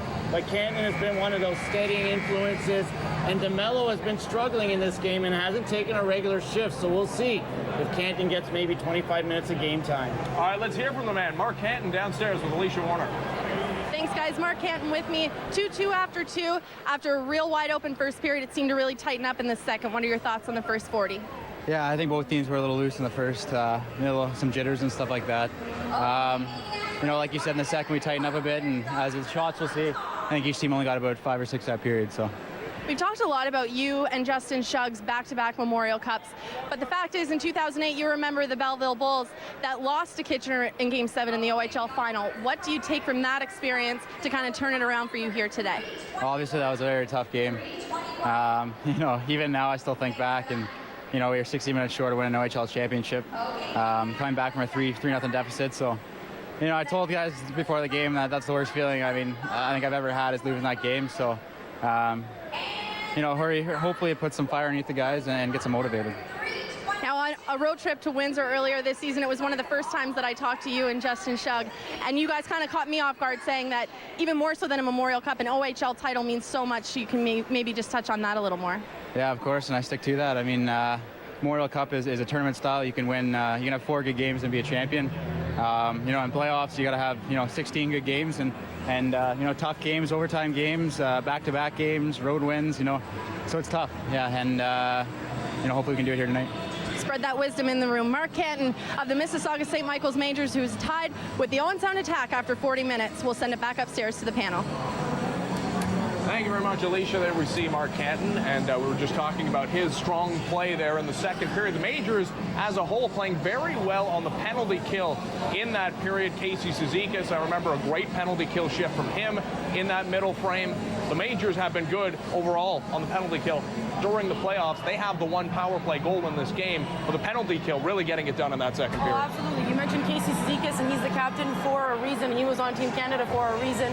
I mean, that man doesn't give you any space, any time to breathe.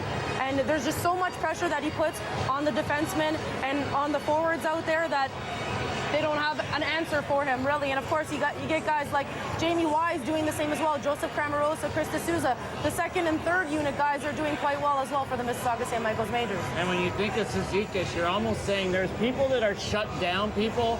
Cizikas is a shut you out kind of person. He's able to make the work for them out there. How about this cliche? The goaltender, usually your best penalty killer, and J.P. Anderson, a couple of big saves in that second period. We don't talk about the Majors goaltending much in this series because a lot of the focus has been on the rotating carousel of goaltenders for the Owen Sound Attack. But J.P. Anderson has been good overall in this series, good in this game. Yeah, absolutely. I think the hardest stops he had to make so far was at the end of that first power play by the Owen Sound Attack. Mike Halmo had a couple good backhanded opportunities, and he just shut the door, and he's come up big so far through 40 minutes of play when they needed him most. And here's a goalie that people say, you know what, he's overrated. He's on an amazing team. I can tell you right now, he knows what he's going to do with the rebound. When the shot's coming on, he already knows what corner he wants to put it in. That helps his defensemen, especially when they need to get the puck out of the zone. Well, we know the Mississauga St. Michael's Majors will be in the Memorial Cup in this building. 50 years ago, they won their 4th Memorial Cup. Here's Laura Barney for that story. You're traveling to another dimension. A dimension not only of sight and sound, but of mind. A journey into a wondrous land whose boundaries are that of imagination. Your next stop, the Major Zone.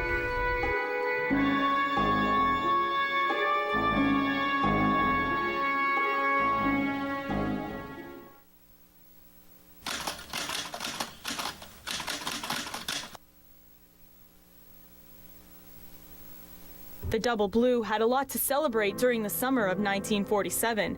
They were back on top, but the feeling wouldn't last long. After all, what goes up must come down, and the team lost some of its best players and fell to the bottom of the rankings where they stayed for years. The Majors clawed their way back up the rankings throughout the 50s, but it wasn't enough to claim the ultimate title.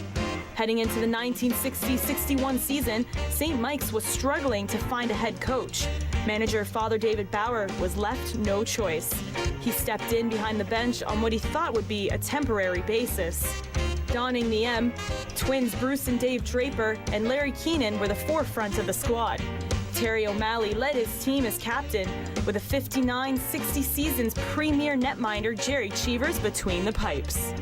In a 48-game regular season, the Guelph Royals stood atop the standings, with the Majors 11 points back in second. On March 8th, the doors opened to the 1961 playoffs, but it wouldn't be easy as the Majors took on reigning Memorial Cup champions, the St. Catherine Teepees. Splitting the first two contests, Game 3 saw St. Mike's take a 4-3 lead. With only 10 seconds left to play, the referee refused to drop the puck as there was a 6 p.m. curfew for Sunday night games. Knowing it was unlikely his team would win the game, St. Catherine's coach ordered the team to stall as much as possible, taking longer to recover between injuries and tossing the puck over the boards. Father Bauer was furious with the results, as no delay of game penalty was called, and OHA rules stated that the game would have to be voided and replayed.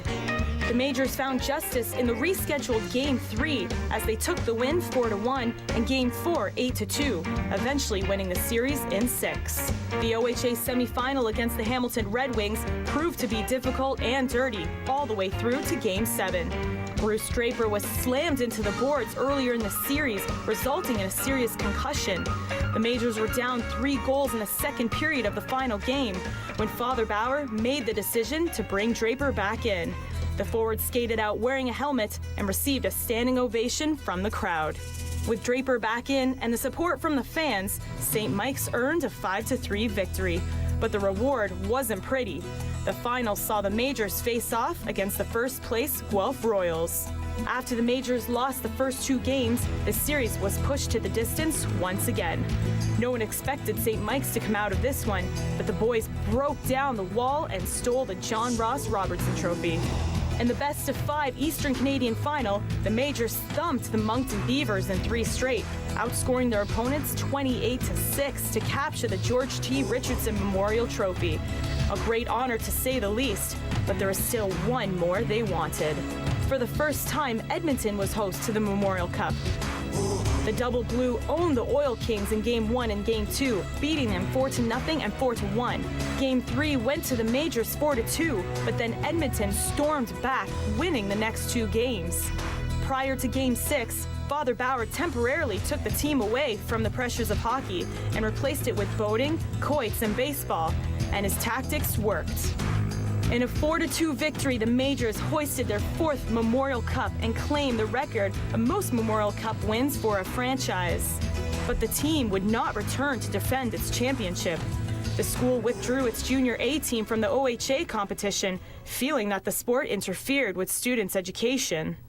35 years without a team, without a championship.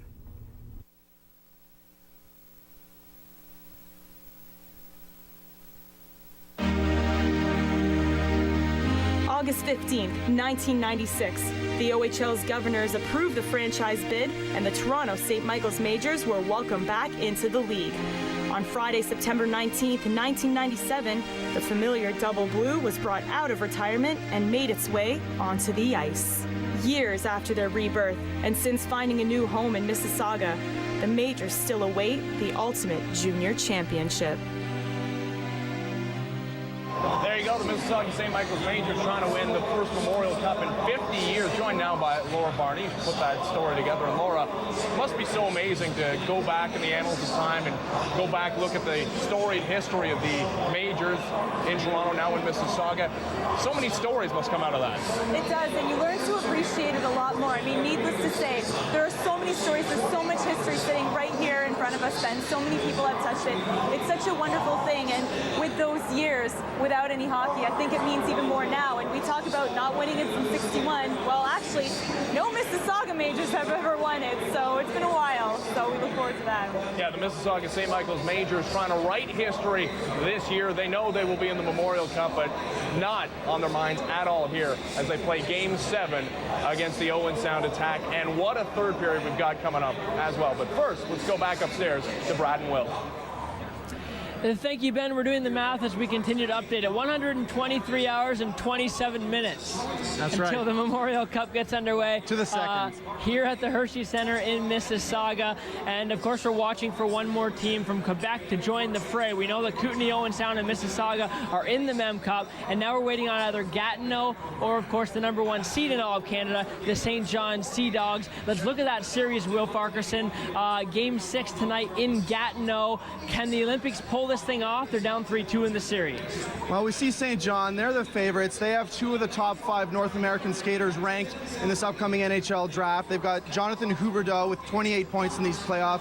He's a center. He's done really well. And the 5th-ranked skater is a defenseman, Nathan Bolya. He models his game after a Drew Doughty type. So those are 2 very good players to look for if they make it. But Gatineau, of course, they're not out of it yet. They've been led by Jean-Gabriel Pajot, who's had 28 points, just like Huberdeau, and he scored the big game winner in Game 5. So either way, we've seen some good players on both teams. It's just a matter of who's going to make it here to Mississauga for next week. My French family would be very impressed by those pronunciations. Merci beaucoup. I did take French immersion for years. A very good job there. Game 7 of that series, if Gatineau can win tonight, will go in New Brunswick tomorrow night. So they get right back at it within 24 hours.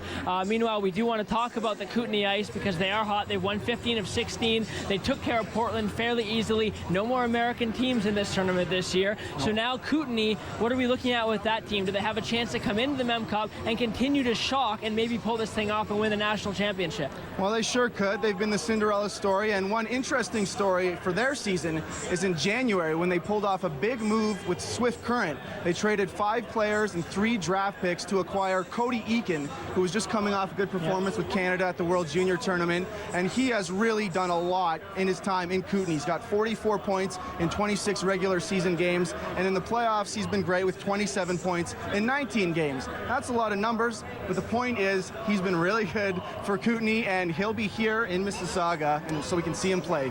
He will be next Saturday, 7 o'clock against Owen Sound is when the Kootenay Ice begin their journey in the Memorial Cup. So we'll keep an eye on that. Of course, Mississauga hosting the Mem Cup. We'll see if they can do a better job than James Franco did at the Oscars. And now we've met our quota with yet another James Franco reference. And we send it back to you, Ben. Thanks a lot, guys, as the Mississauga St. Michael's Majors and Owen Sound Attack all tied up at 2 as we get set for our third period. Bring back in Michelle Storino and Matt Scooby. I am Ben Ennis, and Jordan Binnington, we talked about Mark Reed's pushing all the right buttons during this series, playing goaltender roulette, 3rd goaltender he's used in this series. Everybody's been a healthy scratch for at least 1 game. 41 saves for Binnington in Game 6, and he's looked strong again here in Game 7. Well, absolutely. So far, he's made 13 saves on 15 shots.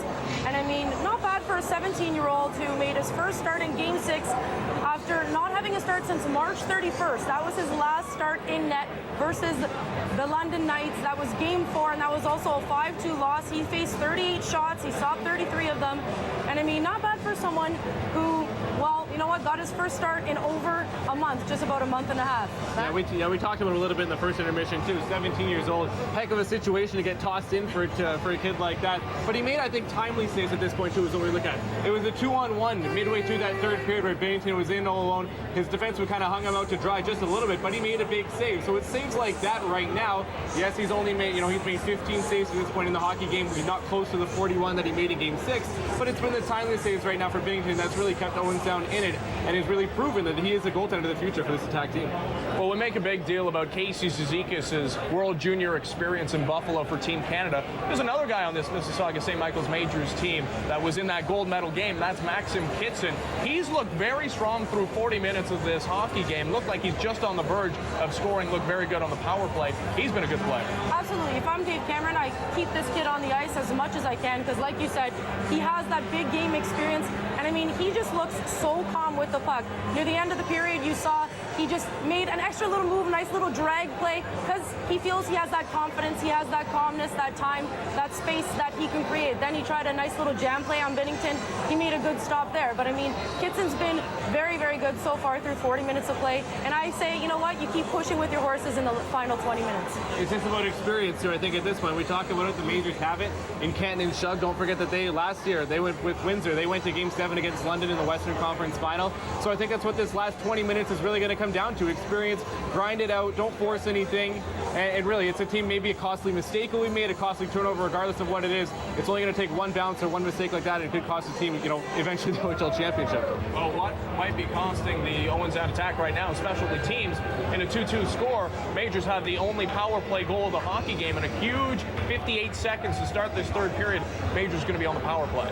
Absolutely. Well, you've seen all series long how potent this offense is when they have the man advantage. So, I mean, getting an early goal here would be key. And of course, Dave Cameron and his team knows how to play that shutdown game once they do have a lead. So it'll be interesting to see how they come out here in the third period. Owen's not better home than their attack than their special teams. They have to be better on penalty killing than their power play. Their power play, I know you guys kind of talked about the Majors penalty killing, but that Owen Sound power play got one shot on both power plays combined in that second period. They have to be better than that, and they can't let it go up. As you see the crowd, they're really loud. It's absolutely bonkers here right now. It's going to be crazy. I have no idea what you said. I just saw your lips moving, so I assume you were talking. But they're getting absolutely insane in here, and why not? 20 minutes to decide an OHL champion. Third period of Game 7 coming up next. Attack. Majors. The first 40 minutes of the Rogers OHL Championship Series fades away. He's on a breakaway, scores! The gutsy, determined effort on the road. The chance scores! They're starting to pour it on now. Welcome. Period 3. 20 minutes to victory. 20 minutes to bragging rights. 20 minutes to league champions. 20 minutes is all that remains. Hi, I'm Bobby Gillespie, president of the Owen Sound Rotary Club. I'm here to thank our Owen Sound Attack Challenge sponsors. Their contributions make Rotary projects a reality.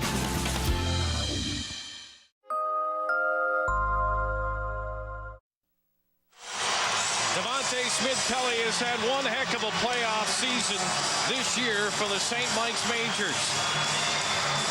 19 games played until this afternoon, 15 goals, 6 assists, and 21 points for the Anaheim draft pick.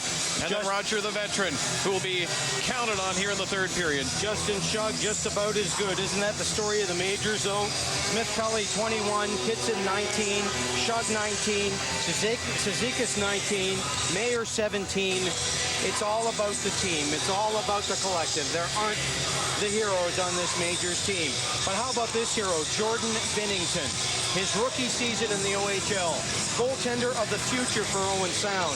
Ladies and gentlemen, you're looking at the goaltender of the present for the Owen Sound attack. He comes in Game 6. He wins a pressure-filled game in Owen Sound, and he has kept his team in here after 2 periods of play. 68 regular season games, 4 playoff series, 2 periods of a final. It comes down to this. You know, that look of Jordan Binnington reminds me of a young guy who played goal here for a few years, Chris Carosi. Tall, lanky, got that young, fresh look to him, and he steps up and takes control for his team. Carosi did it for the Majors. Binnington, though, has got his team in the OHL Game 7 for the Robertson Trophy. Power play here for the Majors. Still got to be urgent here. Trying to put the pressure on early as the puck is deflected away from Shug. Just 30 seconds remaining in the power play. And we've seen shorthanded goals in this series. The Owen Sound attack have orchestrated that kind of counter against the Majors as Mississaugs starts the breakout. Here's Shug with a shot is blocked. Following up is Smith-Pelly. And that shot blocked as well. 12 seconds left in the man advantage as Stanish fires it deep. Wilson paying the price there. That went off the ankle, and the attack paid the price, and they get the penalty kill. Penalty is over.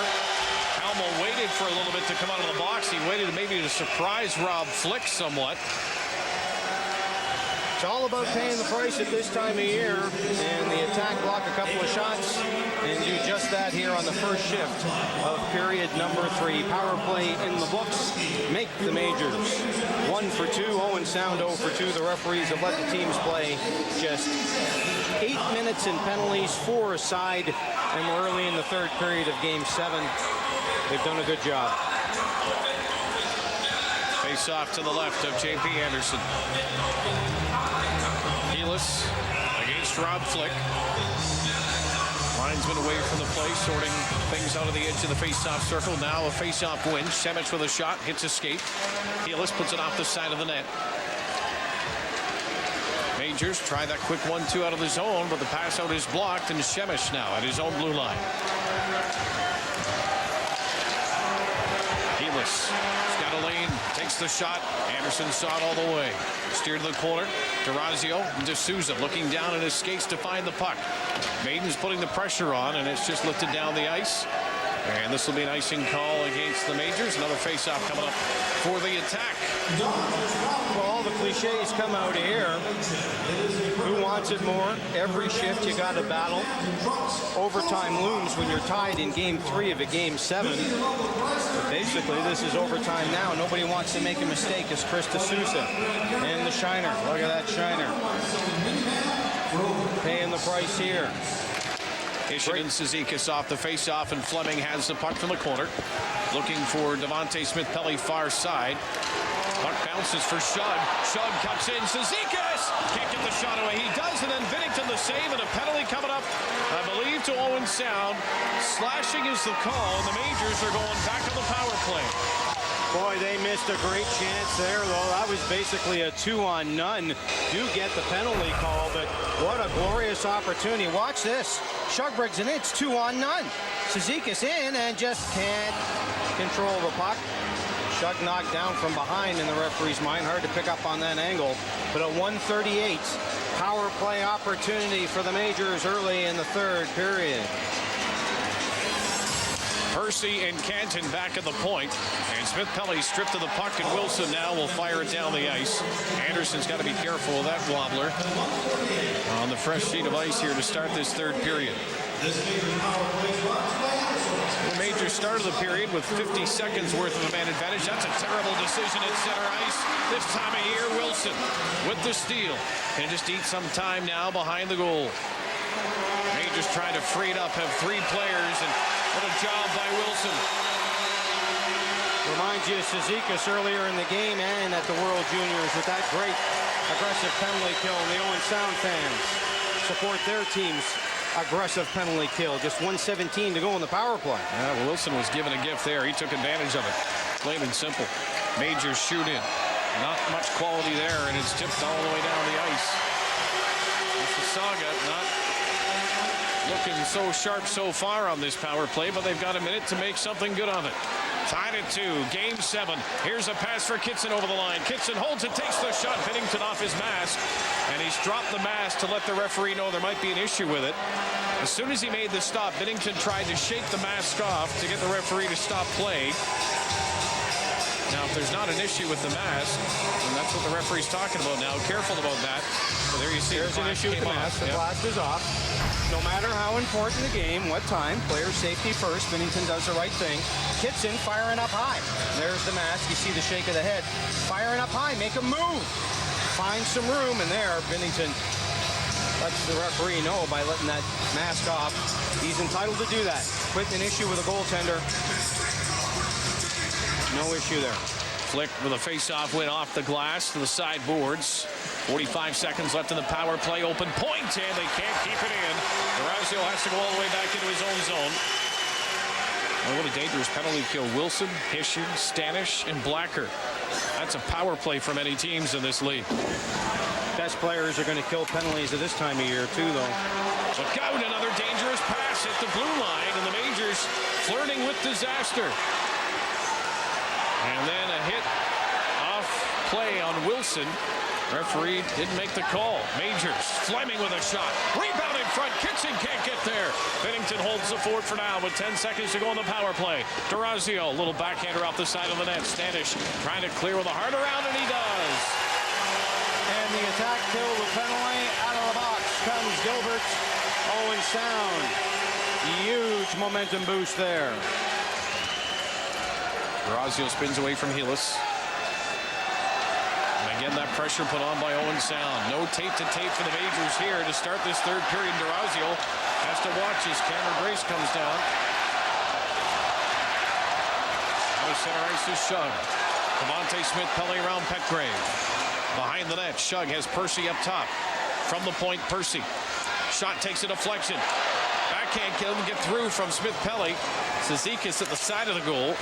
Instead, it's back to the point. Cizikas for Smith-Pelly, missed the pass. 2-on-2 the other way. Brace finds a lane and takes the shot, but that deflects harmlessly wide. From the corner, that puck took a deflection. The faceoff will stay in Mississauga territory. 15:32 to go. Third period, 2-2 game. Owen Sound starting to win those one-on-one battles again as Dave Cameron has the arms folded and ponders behind the bench. He is fond of saying, and has said many times this time of year, you are hostage to your players, i.e. there's not really much else you can do as a coach. If you're going to be hostage to a player, though, Dave Cameron will be hostage to that guy. The captain, Casey Cizikas, getting the feeling more and more there may only be one more goal in this hockey game this afternoon. Rob Flick through the legs of Gilbert. It's Chase. Garrett Wilson. There's a backhand by D'Souza, stopped by Binnington. Just about to say Garrett Wilson is doing it at both ends of the ice. He's been doing it since this game started for Owen Sound. And so has Binnington, and once again there, Johnny on the spot on the backhand attempt by D'Souza. Good work by Flick to get in there and battle against Gilbert. Dig that puck out. D'Souza, quick backhand, but Binnington perfectly positioned, hugging against the side of that post, and no room for that puck to go. Face-off won by Hishin. Blacker giving chase against Riley Brace. Halmo flips it ahead. It's McNarty now in the Mississauga zone. Snaps a shot high off the glass. Marquette under pressure. And here comes that quick puck pressure, this time supplied by Halmo. Halmo brings it free. Canton pins into the wall. Hishin with McNarty in the corner. Shot deflects wide. Anderson didn't have to make a save. And it's chipped outside the line, and that's basically all the Majors are doing for the most part now. It's just getting it outside the zone. They haven't had any setup in Owen Sound territory. Trick behind the play. The Majors will be shorthanded as Petgrave was brought down. It's a high sticking call, as it turns out. 14:33 to go, and if there's only one more goal in this game, look out on this power play for Owen Sound. D'Souza to the box. 5:27, time of the penalty to Chris D'Souza and the special teams. We talk about them all the time. Owen Sound will get its third opportunity. Majors have had two. We look at Petgrave freewheeling and that, no doubt about it. Stick came up under the throat. Referee behind the play making the call. That was a dangerous stick coming up there, wasn't it? Sure was. Stanish. J.P. Anderson with a save. First shot comes 8 seconds into the power play. Blacker. Halmo top of the circle. Shot off the end glass. McNarty. And Stanish can't keep it in. Majors will change it up. All four. So 4 new skaters come out. Look out. Binnington with a soft pass for Blacker behind the goal, but Cramarosa come out the other way. Blacker with a pass on the left wing. Halmo gains his own, but lost the puck. Corrente tied up for a little bit. Still got enough of the puck, and Cramarosa clears it down the ice. 1:20 to go in the power play, and the Majors aggressive again, and Jamie Wise making Binnington take the puck behind his own goal. That's when the Majors are good, meeting Owen Sound early. Casey Cizikas now trying to meet Petgrave, who weaves his way in over the line. Petgrave still with it. Little feed down low, and Anderson stayed at the post. No shot there. Wacker throws it across ice. Petgrave pressured by Cizikas. Lost the puck. Cramarosa can't clear. Kept in by the attack. Broken stick. Petgrave looking around for a penalty call. Instead, now decides he should go to the bench and get another cue. Majors tip it outside the line, and they'll change it up. 42 seconds left in the power play for Owen Sound. Good work by Cramarosa to be right place, right time, and make sure he was able to get that puck out. We will crown an OHL champion here this afternoon. One of these two teams will have played all season long, and they'll hoist that trophy they've had their eye on all year, and then get ready for the Memorial Cup. This is Hishin trying to drag it through. Riley Brace, who stayed with it and clears it outside the line. Hit the linesman and just got to center ice. So they're going to have the face-off come down into Owen Sound territory. There may be some people watching at home today, Dan, on our broadcast who couldn't get in the building today. So we want to tell you one more time, if you want tickets for the Memorial Cup, no, the event is not sold out, but the tickets are in great demand. Most of the tickets are gone and accounted for. Don't show up Friday night thinking you can just buy a ticket at the box office and then complain to everybody that you didn't know there were any tickets available. Ticketmaster.ca, tickets are available, limited tickets are available. Durazio with a shot off the goalpost. Bennington got a piece and then it hit the post. Well, there was room. There was room. Kitson looking to steal behind the Owen Sound netters. Now it's Cameron Brace with Maidens trying to get to the goal, but he's tied up by Fleming. Rob Flick kind of backhanded up the wall. Brace with the intercept for Maidens. Cycle for Helis down low. Durazio there for the Majors. Plays it up the near side. Brace with the tip back to Gilbert at the point. His shot, and Anderson saw that one through traffic. And if he didn't, he was in the right place. Even Cutting on the far side ahead of Kitson. Kitson follows through with the check. Cutting took one for the team there, keeping it low, and Brace. Penalty coming up on the play. Majors player without a stick. It's going to be a penalty against Mississauga. As Fleming's got to get to this puck to touch it up. Back-to-back power plays now for Owen Sound. Slashing will be the call. And the evidence was right there as Durazio's stick broke apart. And at 8:08, Dave Cameron's and the Majors have to do it. Let's watch how close the Majors come to taking the lead. Flick off the draw, back to Durazio. The shot, iron. And then in deep, the penalty. Watch the stick. Oh, wait a minute. Hard to tell from that angle. But it is a call. Power play Owen Sound again. Off the draw, puck comes to the front of the net. Majors clear it down the ice. Stanish being watched by Shug. Majors start with Shug and Cizikas, Canton and DeMello. And DeMello now with a chance. Bernardi overskated that one, went between his legs. Majors, though, had a chance to clear, couldn't get it out. Now a chance to lift it down the ice, and it is sent off the glass by Canton. Crowd holds its breath here, whether you're cheering for Owen Sound or Mississauga at every shift. And again, the Majors have managed to contain the attack in deep on this power play. Blacker just lifts it into the corner. Heading after it is Wilson. Majors able to clear, though. 1:10 left in the power play. Bennington behind his net. Well, the Owen Sound attack are not making life easy on Bennington on these restarts up the ice short-handed. Blacker on Fleming. Takes Fleming down to the corner. Opens it up top. Petgrave now for Hishin. 50 seconds left in the power play. 2-2 game. Spun out in front. Jamie Wise with the intercept in the backhand down the ice. Again, Bennington out to play it. He gives the puck away. Cramarosa coming down the wall. Squeezed out. Brace follows up. Gets a touch on the puck, and now it's Shemich being watched by Cramarosa. Petgrave to McNarty at center. Touched in by Berdnikov. McNarty in the corner. Puck bounces on him a little bit. DeMello gets a touch on it. Berdnikov as well. Not sure what the referee's thinking here. High stick. A high stick touch with a pass. He's going to call that a high stick pass and put the face-off outside the blue line.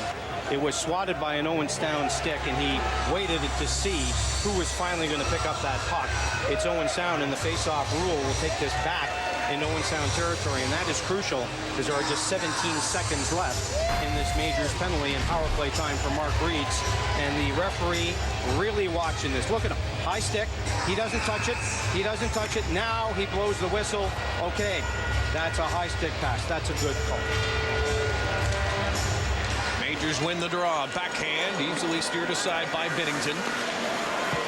Grave away from Rob Flick. 10 seconds left in the power play for Owen Sound. One more rush up the ice on this man advantage. Anyway, it's Cameron Brace, flattened by Canton.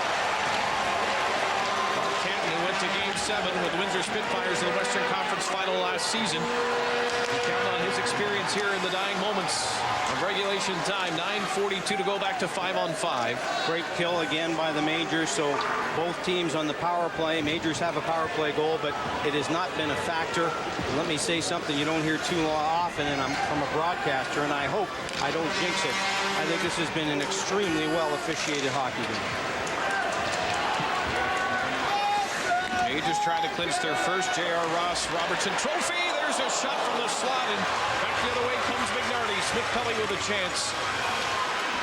J.P. Anderson moves it to the corner. Big Whites now to center ice. Pass off his skate. Blacker plays across ice. Over the line is Hishin. He can end the game. Anderson can also keep it at 2-2 as he did with that save. You're right, Roger. This arena's gotten quiet here. 8:44 to go. As Hishin gains his own. Fans, too, have expelled a lot of energy, as have the players in this series. It's been a tough one to figure out. The Majors went up 2-0 in the series. Owen Sound with back-to-back wins in overtime tied it up. Here's a shot in front, stopped by Anderson. Front of the net, Andrew Fritz looking for the rebound. It wasn't there. 8 minutes and 27 seconds left in regulation time. J.P. Anderson in goal for the Majors has not missed a second of playoff competition. Jordan Binnington has played just 5 periods in this series.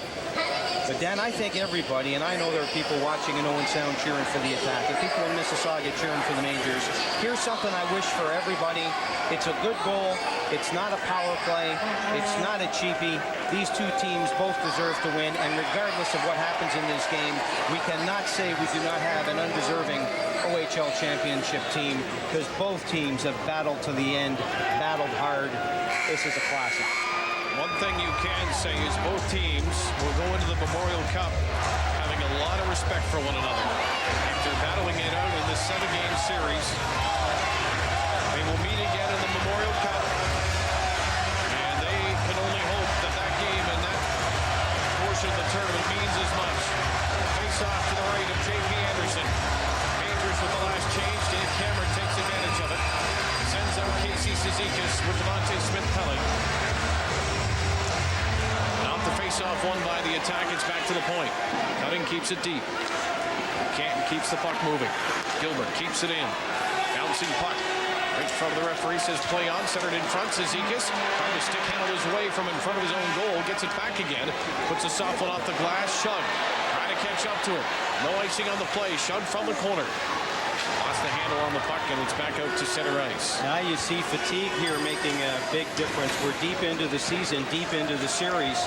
Who's got anything left in the gas tank? Because you've got to find another level here. Somehow, some way. That's everybody on the ice. The attack into the blue line offside right here in front of us as Fritz tried to hold the line. Couldn't quite do it. 7:47 remaining in the third period.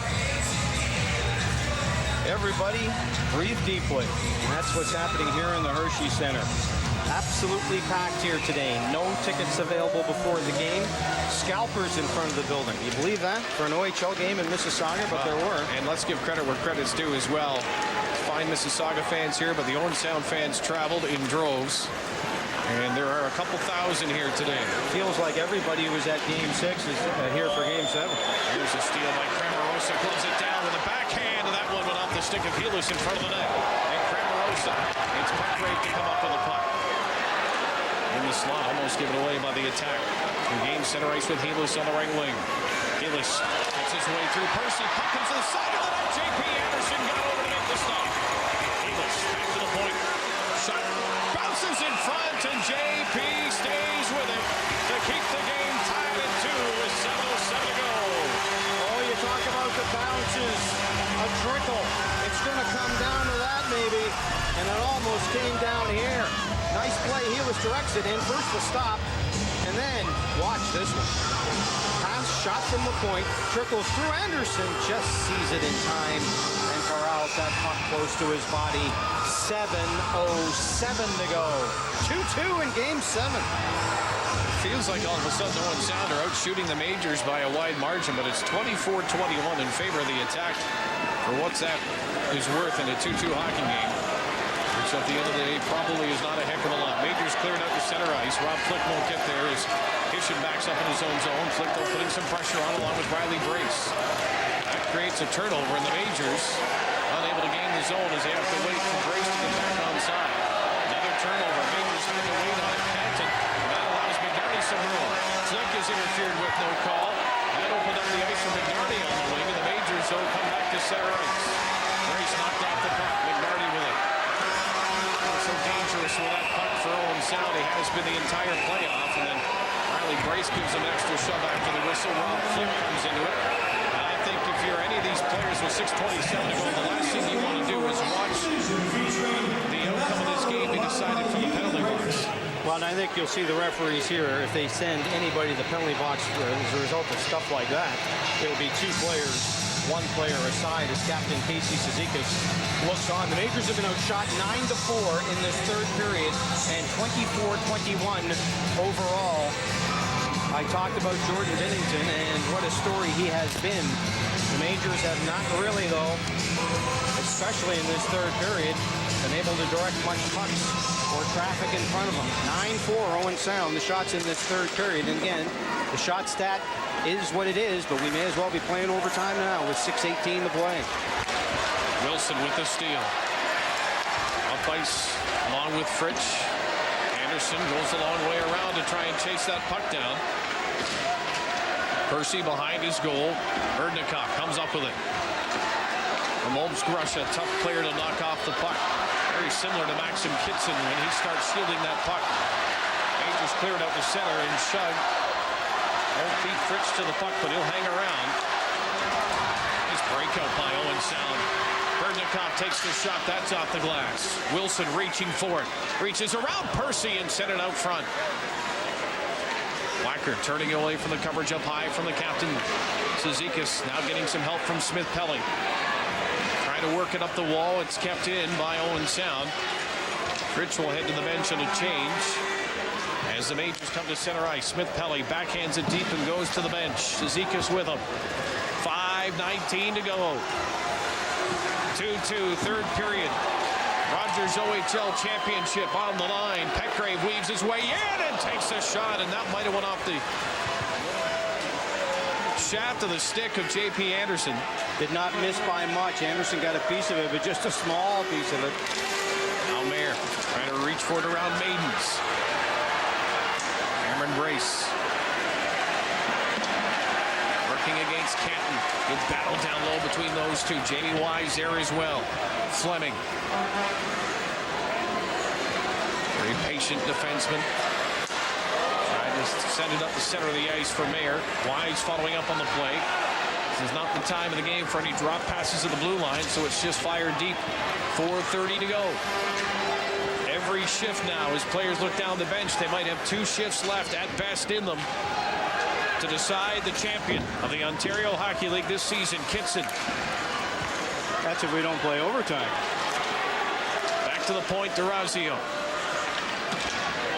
Here's D'Souza. Big-time player, turns it side of the goal. Kitson trying to wrap around, can't get to the net. Back to the point. DeRazio, no shot. Brace off his leg, and the Majors will be able to put it back in the zone. Percy, he's got a lane to get inside the zone down this left wing. Percy's deep. Percy puts it in front. Only one man back. It's DeRazio. He hammers it deep.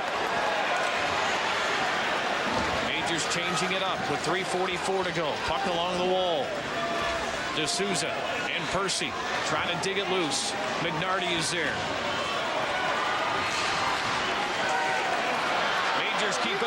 Here's D'Souza centering pass in front, and Binnington snares that one out of midair with 3:29 to go to keep it tied at 2. Well, the Majors get to the net finally, and Binnington, cool as a cucumber, makes the glove save. Watch this play develop along the wall. This is work by Cizikas. Looked like he lost it, got it back in deep. D'Souza pass across, but no, Binnington got to it before Smith-Pelly did. I thought maybe Smith-Pelly had gotten a piece of that, but he didn't. It was in the glove of Jordan Binnington to keep it 2-2. Majors win the draw. Shug spins away, backhand in front. Loose puck is cleared to the glass. Kept in. No Fleming fanned on it. Halmos tripped up. And it's Canton under pressure for Shug. Bouncing puck, he lost it. Look out, here comes Hishin. Snaps a shot, and that deflects high. Face-off will be in Mississauga's end of the ice with 3:09 to go. Well, I said earlier, maybe one more goal in the hockey game. Sure looks that way. There has to be one more because we got to give away the Robertson Trophy. There's the backhand by Shug. Play there dangerously. Cizikas couldn't get a stick on it. And Owen Sound came back the other way with great energy by Hishin. That one went into the mesh. Back and forth they go. 3:09 to go in regulation. It'll be Wilson on the face-off. Against Mayer. Mayer draws it back. Open ice on the far side. Corey Bureau with the shoot-in. Gilbert gets there ahead of Jamie Wise. Wise put enough pressure on the turnover. Kept deep by Mayer. Put off the boards by the attack into center ice. Percy. Bumped down by Fritz, who gains his own, gets to the line, has it knocked off his stick, and now Wise. Pass ahead, Corey Bureau. In the slot, bouncing puck, look out, Bureau can't jam it in. Pucked up a crazy hop, and Berdnikov comes up with it. Fritz back to Berdnikov on the left wing. Working on Fleming. Berdnikov centers nobody home. Owen Sound was changing on the play. Mayer. Pass up to center ice. Hitson can't get deep. Back the other way. Selix working on Canton. Fleming. Don't know if those two will leave the ice a whole lot. Here's a centering pass in front. Can't get the shot away. And the Rangers counter now with Kitson. Kitson has D'Souza with him. Maxim Kitson holds it. Can't get the shot through. Petgrave with a nice slide to block it. 1:58 to go. Petgrave with a great block there to slide across. Is Kitson. Here's a steal by D'Souza. Looks back, sees Rob Flick is with him. D'Souza in the corner with 1:47 to go. Rob Flick takes a look, brings it out front, and takes the shot. Binnington kept it out. Majors with possession. Looking for Kitson in front. Canton from Maxim Kitson. Kitson up top. Percy, tough to keep it in, he does, and the shot doesn't get to the goal. On the boards and fired all the way down the ice. This will be an icing call against Owen Sound with 1:26 to go in period number 3. One more goal is required to determine an OHL champion. One more will do it with 1:26 to play. And Stuart Percy did a great job keeping that rush alive. Now I wonder if any of the teams want to take a timeout here for line change purposes. It looks like they don't. Play on. Cizikas won the draw. Percy at the point. No shot. Percy actually fanned on it. Look out, Wilson trying to split the D, but Majors get a fortuitous bounce. And Fleming ahead for Cizikas. They chase after it. Stanish behind the goal for Blacker. Pressured by Shug. Blacker for Hishin. Tucks ahead for Wilson at center ice. He's closed down in a hurry by Cizikas. Majors with Shug on this near side. Smith-Pelly trying to drive to goal. Devontae one-handed to the front of the net. Hishin comes up with it. 1 minute to go in the third. Oh, Hishin got back and made a great play to gather that puck up. Look out, McNarty trailing on the play. That's a big play by Percy to keep that play in front of him. 3-on-2 for the Majors. 46 seconds to go. Casey Cizikas. Smith-Pelly takes the shot and fires it wide. Back the other way now. Majors finish up a change. Have two men back. McNarty with 30 seconds to go, drags a shot wide. Wilson's shot, that is blocked from the far wall. Still with it, down low, and that shot is wide of the mark. Shug with 27 seconds, lifts it out to center ice as the Majors try to regroup and finish a change. J.P. Anderson, careful with that one, and he's going to hold it. Wow, for a face-off with McNarty right there, 17.9 seconds to go. Oh my, that could cost the Majors dearly. I know you can't take chances, but Owen Sound has what it wants. A face-off in Majors territory with 17.9 seconds left in regulation time. There'll be one more goal scored this OHL season. Neither team will take a timeout here. How about that? I'm a bit surprised, got to tell you. You think you'd want to just for psychological reasons more than anything else. Referees looked to the bench, and both coaches said, no, let's drop the puck. Healis on the faceoff. Majors get it outside the zone with 15 seconds to go. Riley brace against Gilbert. 10 seconds. Brace with the bump. Bouncing puck. Petgrave, 6 seconds to go. Turns it over. Rob Flick now throws it side of the net. Takes a bounce in front. And it's on the goal line. Puck is loose, but the whistle is blown with 0.1 remaining on the clock. Overtime coming. There is that overtime. Is one bold prediction. Coming. Wow. Can you stand this? Oh, my goodness. Oh, my goodness. Dave Cameron said at the start of the playoffs, we prepare and plan for every series to go 7 games and overtime of Game 7. Well, guess what? He's got his wish. Overtime, Game 7. Face off to the right of Binnington. And Rob Flick will just wind up and try to fire it on goal. That's all you've got. You don't even need J.P. Anderson to leave the net. It doesn't matter. As soon as that puck leaves the official's hands and hits the ice. Now, it is a Mississauga home game, so you can guarantee that that clock will start after the puck hits the ice. There will not be any quick hands here. Referee is on the phone. I don't know what the discussion was there. Maybe adding time on the clock, if that was a discussion. Yeah, I think they're confirming that everything was good. Everything was good. A tenth of a second. A tenth of a second. Well, here Flick you go. can only shoot on the net. And a good play by Healis to make sure that that wasn't going to happen. So we play all season long. Game 7 through 3 periods. Not a thing decided. These two teams, benches full of warriors, folks, when it comes to hockey. As we go to overtime. There's not much else you can say, is there? We'll get some analysis from the panel, but it's 2-2 after 3. One more goal for the OHL championship. Who is going to have the goal of a lifetime? Let's go to the panel, led by Ben Ennis. Ben? Guys, this is too much for me. I don't know if I can take this. Overtime of Game 7 of the Rogers OHL Championship Series. Absolutely insane. We still haven't seen a goal since the first period. 2-2 between the Mississauga St. Michael's Majors and Owen Sound Attack. I'm Ben Ennis, joined by Peter Curtis, Matt Scooby. Ben's rattled. I can barely even think. I mean, people are walking in front of us. Nobody knows what's going on.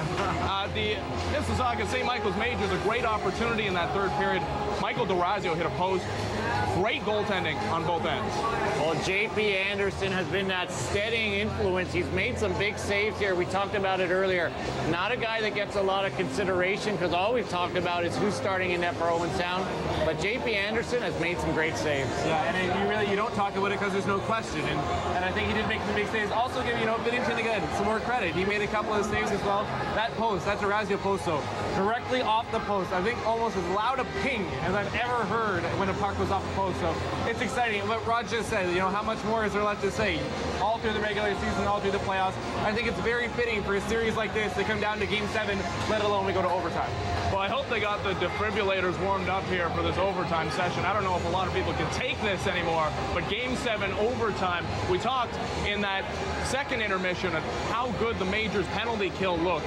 And then in overtime, we thought the Majors had a great opportunity to, in the third period, a great opportunity to start that period, 58 seconds on the power play. They end up taking a couple of penalties and a couple of big kills as well. Well, that Mississauga power play had to be the worst of the series for them, excluding the one where they gave up a shorthanded goal. No possession, one Kitson shot off the mask. And you can tell right now there are only 5 defensemen on that Mississauga bench. David Parente's not there. And we're going to see if these defensemen have anything left in the tank. It'll be, they're got to find it somewhere at this point in Game 7 in our OHL Championship. It's all on the line at this point.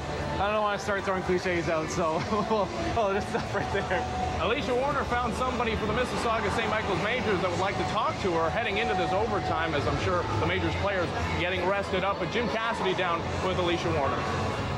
Thank you, Ben. Director of Player Personnel, Jim Cassidy with me. We knew it was going to be tough getting one of those boys going into an overtime Game 7. That's next to never going to happen. But your heartstrings are getting pulled in this game, too. What do you think the Majors need to do? Well, how do you think they've done so far, first of all? I think it's been a pretty even game. I mean, both teams have played well. Just got to stay the course and hopefully get a break and we can score a goal. I think a break's going to win it, so see what happens here.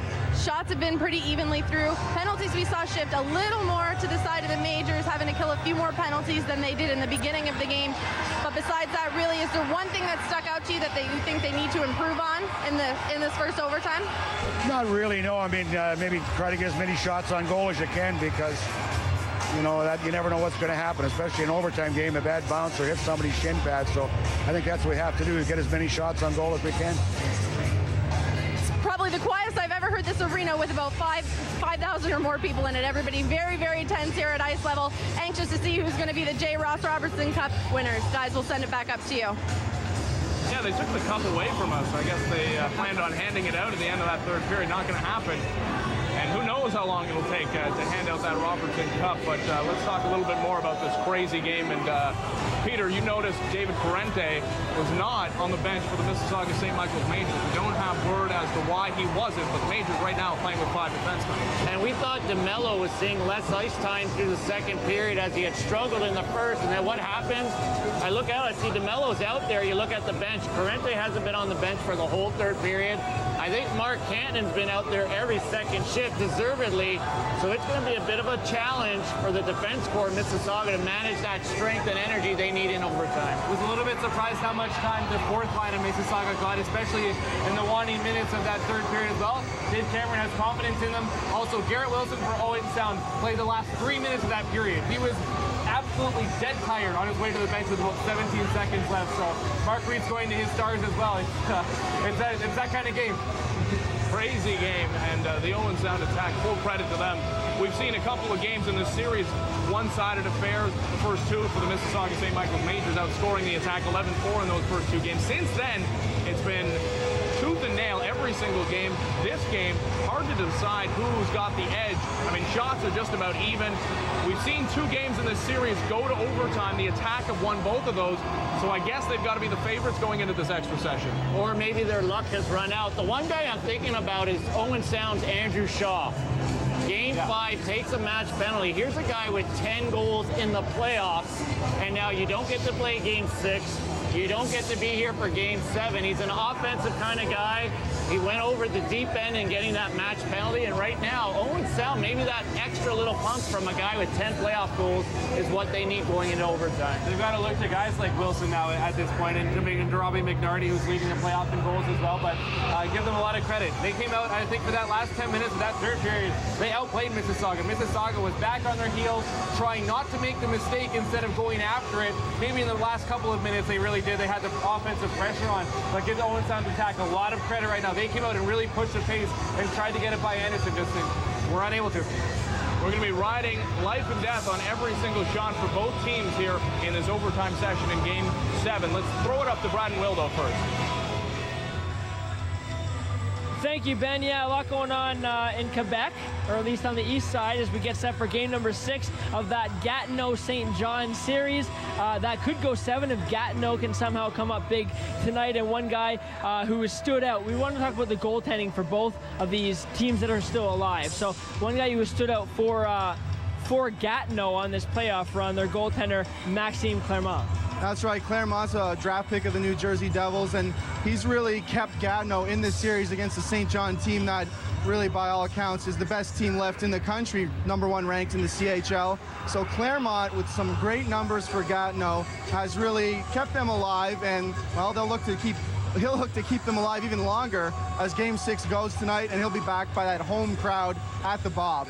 Claremont, 225 goals against average in the playoffs, which is considerably lower than he had in the regular season, so he stepped it up, the New Jersey Devils prospect. And like I said, that is game 6 between St. John and Gatineau in Gatineau at, what do they call it, the Bob? The Bob. The Bob tonight, 7 o'clock. 6 o'clock is game 7. That goes tomorrow night if Gatineau can stay alive against the #1 ranked team in all of Canada. Out west, we know Kootenay has moved on. We've talked about that ad nauseum. But the situation with their goaltenders, what do we have to look at in the Mem Cup for them?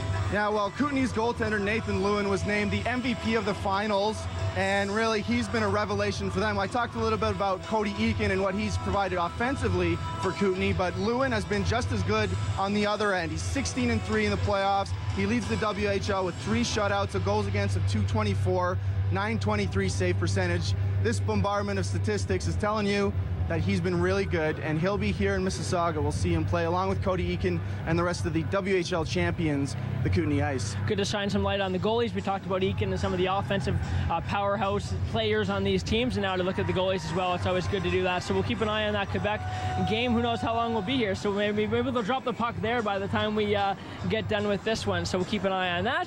Now we'll take a break on OHL Hockey here on Rogers TV.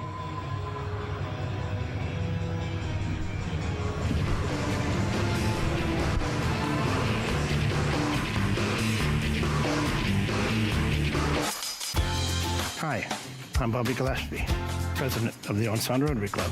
I'm here to thank our Owen Sound Attack Challenge sponsors. Their contributions make Rotary projects a reality.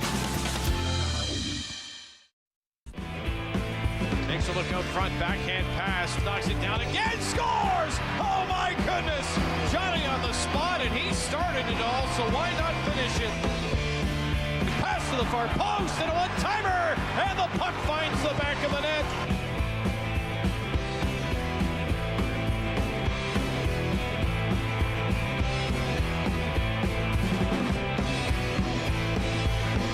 You got to pick your moments. When it comes time to be on the ice, that's the only thing on your mind. And that's when you're on the ice in practice, you're trying to get better. Welcome back to a sold-out Hershey Center. The Mississauga St. Michael's Majors all tied up with the Owen Sound Attack at 2s through 60 minutes of play. We're going to have overtime in Game 7. How awesome is that? I'll give you an answer. Very awesome. I'm Ben Ennis, joined by Peter Curtis and Matt Scooby. Guys, overtime records of these two teams, very different. The Attack haven't lost when going to the extra session, 2-0 in this series alone. The Majors 2-2 in overtime in the playoffs, and both of those losses coming in this series to the Owen Sound Attack. Well, you have to wonder, do the players really know about these stats? Are they thinking back to that Pee Wee tournament that went 7 overtimes? I'm pretty sure right now in that dressing room, they're not worried about stats. They're not worried about the fact Owen Sound was able to win one in overtime here in Game 3. They just want to get some rest. They want to make sure they don't miss their shift. I'll tell you right now, they might even go to the stick rack and make sure they grab a new stick, because you do not want to have a stick break in overtime of Game 7. Like we saw Michael Durazio just happen to him in the third period. You know, he has a new twig in his hands. But yeah, it's about the same thing. You know, you don't want to give up those odd man rushes, you know, but you can't play too conservatively as well. The Majors played a little bit conservatively, as we just mentioned.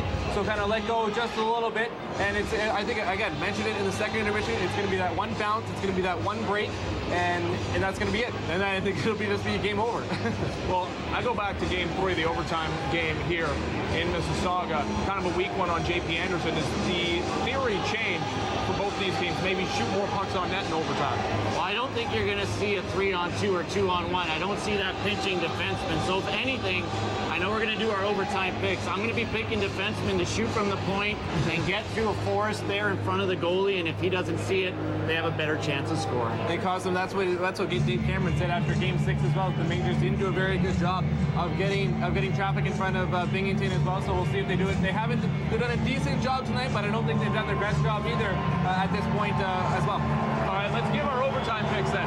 Peter, who you got? I'm going with Blacker on Owen Sound, and I'm going with Fleming on Mississauga, because he just had a bad game. He wants to make up for it. D-Man, he said D-Man. I'm going to go Rob Flick for Mississauga. We're going to go with Game 4 overtime hero Cameron Brace for Owen Sound. All right, I'm going to go out on a big-time limb and take Corey Bureau from the Mississauga St. Michael's Majors. I'm also going to take a defenseman as well with Matt Petgrave for the Owen Sound Attack. Overtime coming up. Game 7. You're watching Rogers TV. My earpiece is all over. He's on a breakaway, scores! The gutsy, determined effort on the road. The chance scores! They're starting to pour it on now. Two teams even in the series and regulation with the same outcome. This is what it's come to. Every hockey player's dream. Game 7. Overtime. Championship on the line. Welcome to overtime. Welcome to sudden death. Hi, I'm Bobby Gillespie, president of the Owen Sound Rotary Club. I'm here to thank our Owen Sound Attack Challenge sponsors. Their contributions make Rotary projects a reality. These two men have battled throughout this afternoon. 26-25 the shots in favor of the visitors. Well, that doesn't matter. 2-2 after 3 periods, and its next goal wins. And for the record, in these playoffs, Mississauga 2-2 in overtime. Owen Sound a perfect 4-0 with victories over London and Plymouth in Game 1 of both of those series. They beat Mississauga in Games 3 and 4 to even this series. And for the Majors, their victories in overtime. Roger, you remember that 4-3 win over Sudbury in Game 4 and 3-2 over Niagara back in Game 3 of that series. Sudbury game, the Majors trailed 3-0 in the third period. Niagara game, they trailed 2-0 late in the second period, came back to win in overtime. They trailed 1-0. They trailed 2-1. We've had no scoring since that electrifying first period, and there is one more goal to be scored this year in the OHL. Just one. Welcome to overtime. That man, Justin Shug, knows all about both victory and defeats in Game 7. And he came here on a mission this afternoon to be victorious with the Majors. And the Owen Sound attack, led by the likes of McNarty and Hishin and Garrett Wilson, are here to do the same. And they've got the puck at center ice. It's turned over. Devontae Smith-Pelham, a bouncer behind the net. Casey Zizekas can't get there. Stanish gives it away. Smith-Pelly will keep it deep. Casey Zizekas behind the net. Fleming up top. Puts it off the inboards. Smith-Pelly trying to work away from Blacker, who comes up with a steal. And now Hishin looking for Halmo, who gloves it down nicely in the neutral zone. Fleming is back and pins Halmo to the boards. Halmo fighting for it. Comes up with a puck. McNarty now from the corner. Takes a look on his backhand. Heads back to the point. Puck to the side of the net. Percy up the ice, hoping to reach a sneaky Maxim Kitson, who was trying to get behind the defense. Majors tried that breakaway pass. We've seen Owen Sound do it and didn't miss by much to big number 13. Here's a turnover at the blue line. Wilson got a tip on it. The shot stopped by Anderson, and he's going to hold on. There won't be many chances taken now that we're in overtime very early in the first overtime period. Well, no point in taking any chances now, for sure. Garrett Wilson has been phenomenal for the Owen Sound attack this afternoon. He has been a warrior, as of all the players, veteran players, leaders. Didn't wear the C for nothing. It is the 15th overtime game in these Ontario Hockey League playoffs this season. Face-off to the left of Anderson. Gill is trying to go straight forward with it, but it's the Majors. Cramarosa, does he write the record books with this shot? Stopped by Biddington. Every shot on goal is breathtaking right now. Heart-stopping this is. And Cramarosa showed some great speed as he bent over from the exertion of that rush to beat the Owen Sound players in and get that shot off. Both teams make changes. Got to keep fresh bodies out there now. How can you not love this? Face off to the right of Biddington. Lines up with that big left-hand glove hand. Fleming comes down the boards. Rob Flick as well, trying to dig the puck loose. Leaf draft pick, Blacker comes up with it. Takes a hit behind the net. Blacker pressured on the puck. Majors looking to create the turnover down low. Then Blacker and Flick get tied up with one another behind the play as the puck comes back to Fleming and Canton. Fleming calmly up to Kitson. Kitson maybe too calmly on the puck there as he Didn't show a lot of urgency to get that puck off the boards and outside the zone. As a result, you see the puck underneath the two players, and who's going to have the hand pass here? Nobody. Play keeps going. It's up the wall, and now Kitson fanned on the pass out again, and he smacks the stick on the ice as he goes to the bench. Not a great shift for Maxim Kitson. You'll hope he gets another one. Almo blows a tire behind the net there. Here's a steal by Shug at center ice. He's got two over on the far side. Shug holds it, draws two players, takes the shot. Save made easily by Jordan Bennington. Rangers can't keep it in the zone. Yes, they do, actually, as the clearing pass is gloved down by Cizikas. And then Wilson just sculpts it into the Majors zone. Almo goes to the bench for Owen Sound as the Majors turn. At center ice, it's Cizikas. Just tips it. Kevin Cutting. Every stride, the burn is in the legs now.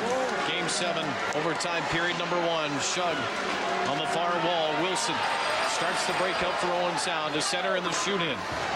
Off the glass, Berdnikov bumps with his man. Here's a shot steered aside by JP.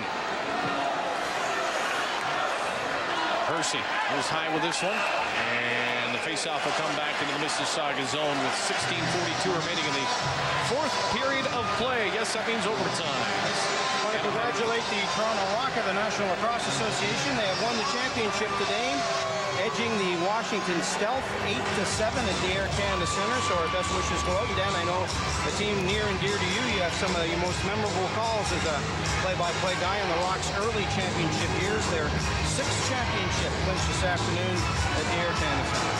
Well, Toronto is a champion, and the Rock, we're told, had a 7-2 lead at one point. The Stealth came back.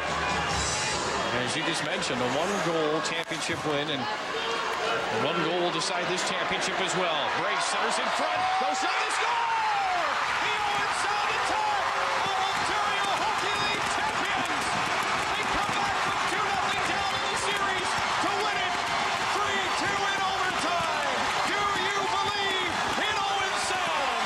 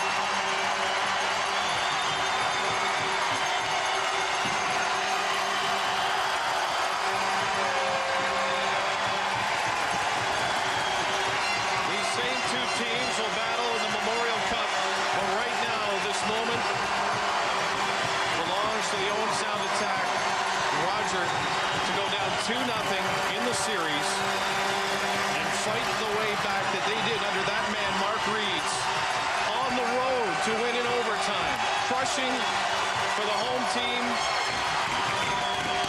and just complete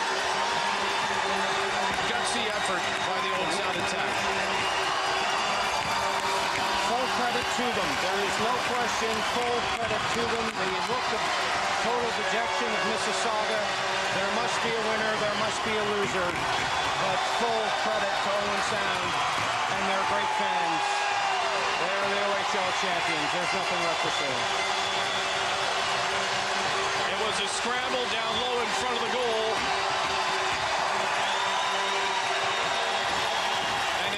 Roger, you mentioned during the broadcast you hoped it wouldn't be a squirrely call, a cheap penalty call. It was 5-on-5, a battle down low, and the Owen Sound attack won the final battle of this series. The looks say it all on the faces of the Majors. A decimating loss for this team. Decimating loss for the franchise. There can only be one winner. It's overtime of Game 7.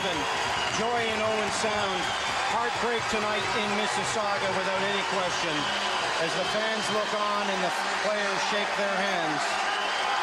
Mark Reeds, Coach of the Year, did a fabulous job keeping his team prepared in this series, as did Dave Cameron.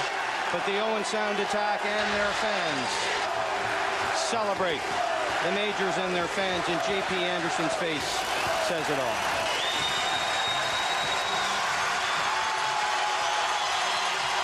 I think maybe the hardest part of this, the Majors have been through it all year, but they lose this at home, and it's a crowd almost dominated by Owen Sound fans. You and I have talked about it all year. The Majors, it hasn't bothered them at all that they haven't had a lot of fan support here in Mississauga, and they battled through it, had a great season, best team throughout the regular season, and they take it to Game 7. The winning goal, Jared Maidens, goes down to the record books for the overtime winner, his second of the game. First round pick, 4th overall in 2010 out of Grimsby, Ontario.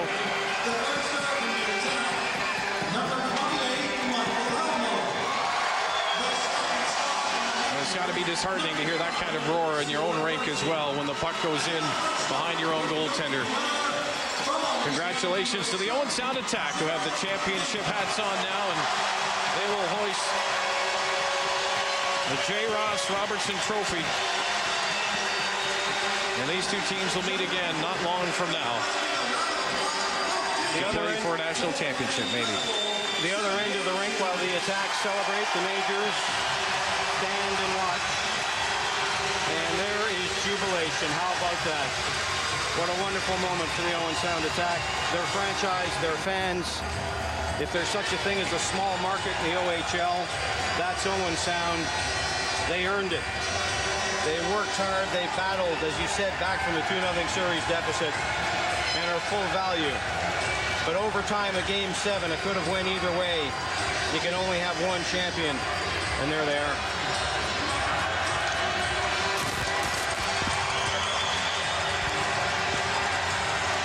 Yeah, and the tough part of this will be for Mississauga is to shake it off. The host of the Memorial Cup. As I mentioned, these teams will meet again, and you have to somehow get rid of this bitter pill and go back to work. And that's where the coaching staff has to come in. They got to pick these guys up. And for Mark Reeds, his challenge will be to remind his guys that that's one battle won.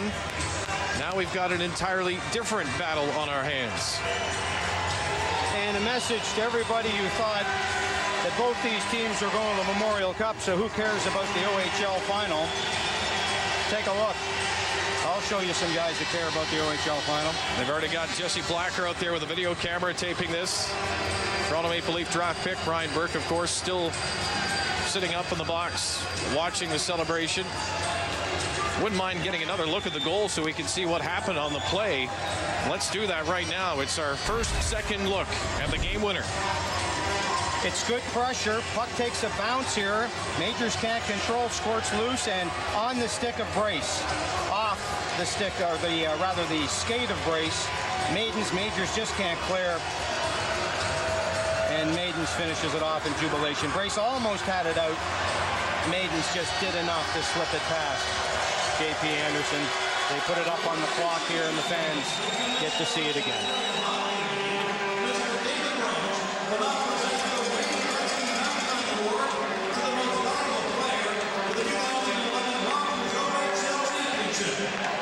And also the Robertson Cup, emblematic of the championship of the Ontario Hockey League. Mr. Brown for you.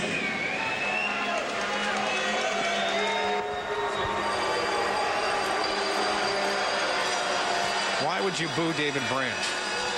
Commissioners get booed. That's what they do. He knows that. Thank you very much. First of all, I'm sure everyone here would agree this has been an outstanding OHL Rogers Championship Series.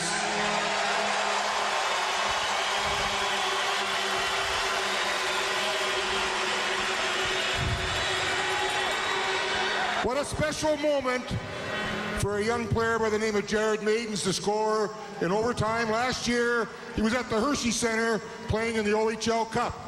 So quite a development here, Jared. Going back to 1999, arguably the greatest hockey player ever to play our game retired. and the Ontario Hockey League, in wishing to recognize Wayne Gretzky, former Sault Ste. Marie Greyhound, created the Wayne Gretzky 99 Award to be presented annually to the playoff MVP. This year, it goes to a young man who had an incredible 15 goals, 9 assists in just 22 games, Robbie McNarty.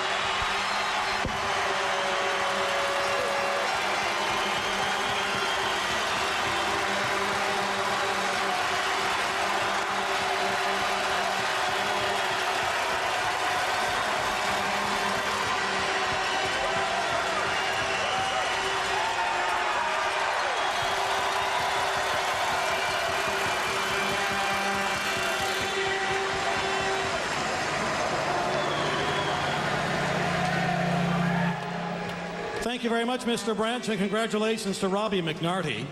The Robertson Cup is awarded annually to the champion of the Ontario Hockey League. The cup was presented in 1910 by J. Ross Robertson, who was president of the Ontario Hockey Association from 1901 to 1905. Tonight marks the 101st time that the Robertson Cup has been awarded for junior hockey supremacy here in Ontario. Commissioner David Branch will now present the Robertson Cup to Garrett Wilson, captain of the 2011 OHL champion, Owen Sound Attack.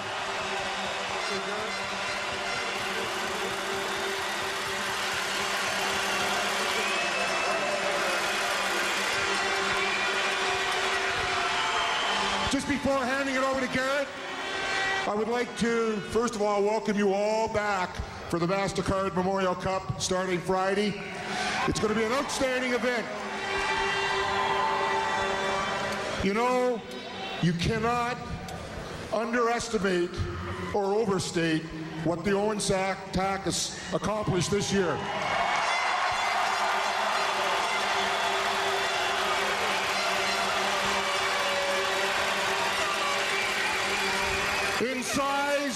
In size, the smallest community. In heart, the biggest.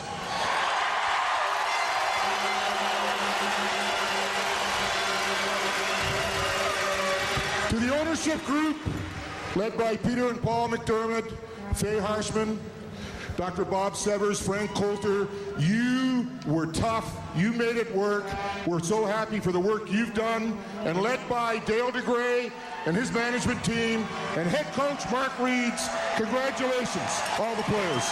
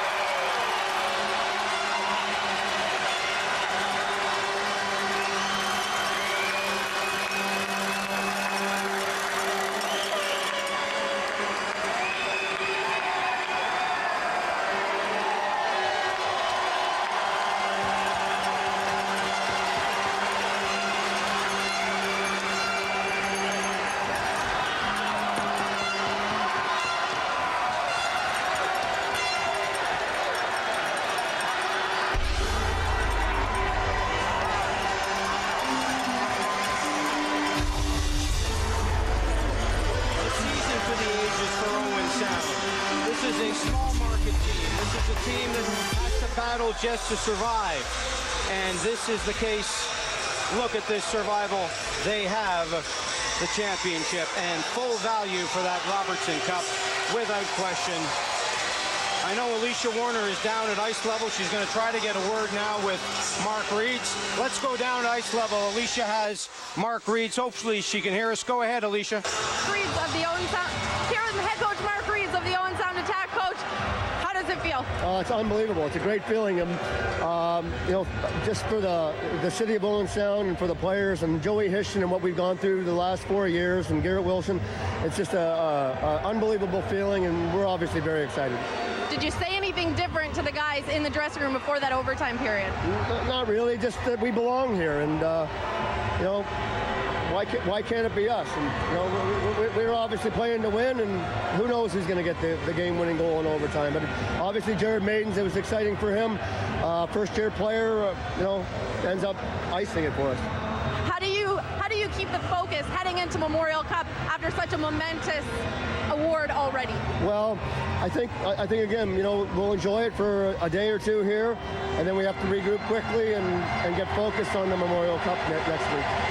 Head coach Mark Reed's OHL Coach of the Year and now OHL champion. Guys, we'll send it back upstairs. And congratulations to Mark. What a job he did this year, and very deserving of Coach of the Year. As the passing of the trophy continues. And how about the goaltending situation as Michael Zador has it now? Roger, Owen Sound wins the Robertson Trophy using 3 goaltenders in one series.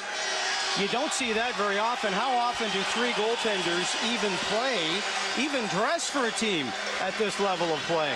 But incredibly, that is what happened. And boy, did Mark Reeds use them to perfection. 2 for Stager, 2 for Zador. Both played Game 5. Bennington comes in Game 6.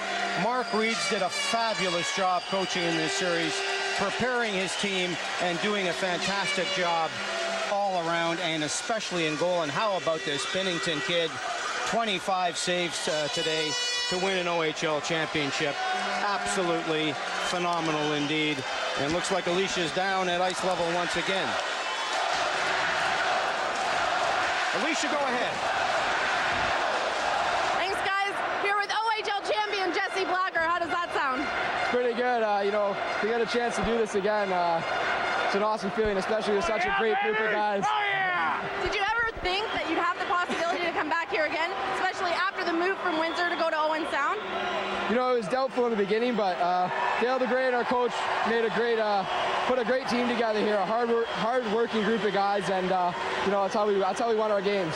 Brian Burke was here watching you today and noticed and said that you had a fantastic game so far, and he was really impressed. Did you feel that this was one of your better games so far of the series? I don't know. I don't try to judge myself too hard. It's a 7-game series, and I just try to play hard every night and be a plus player. Go get in that photo. Congratulations. Jesse Blacker, Toronto Maple Leaf draft pick in the 09 draft, and now OHL champion with the Owen Sound Attack. All right, Alicia Warner, thank you very much as we stick around, and we thank you for staying with us in this Rogers OHL Championship post-game show as the celebrations continue on the ice. And nice mention there from Jesse Blacker that Dale DeGray put together a real team of battlers, Roger, and you don't come back from 2-0 down to win in overtime on the road in Game 7 if you don't have heart. And Dale DeGray should be given a ton of credit for the team he's put together here in Owen Sound. He did a fantastic job, and look at those smiling faces. He built a veteran team at the trade deadline while other teams stocked up, made big major moves. The Attack really didn't. They felt comfortable with their club. They made moves, definitely, before the deadline, and they were ready to do it, but people questioned them all year, Dan. It was, oh, well, you know what, they'll eventually fall back. They can't keep it going. Well, guess what?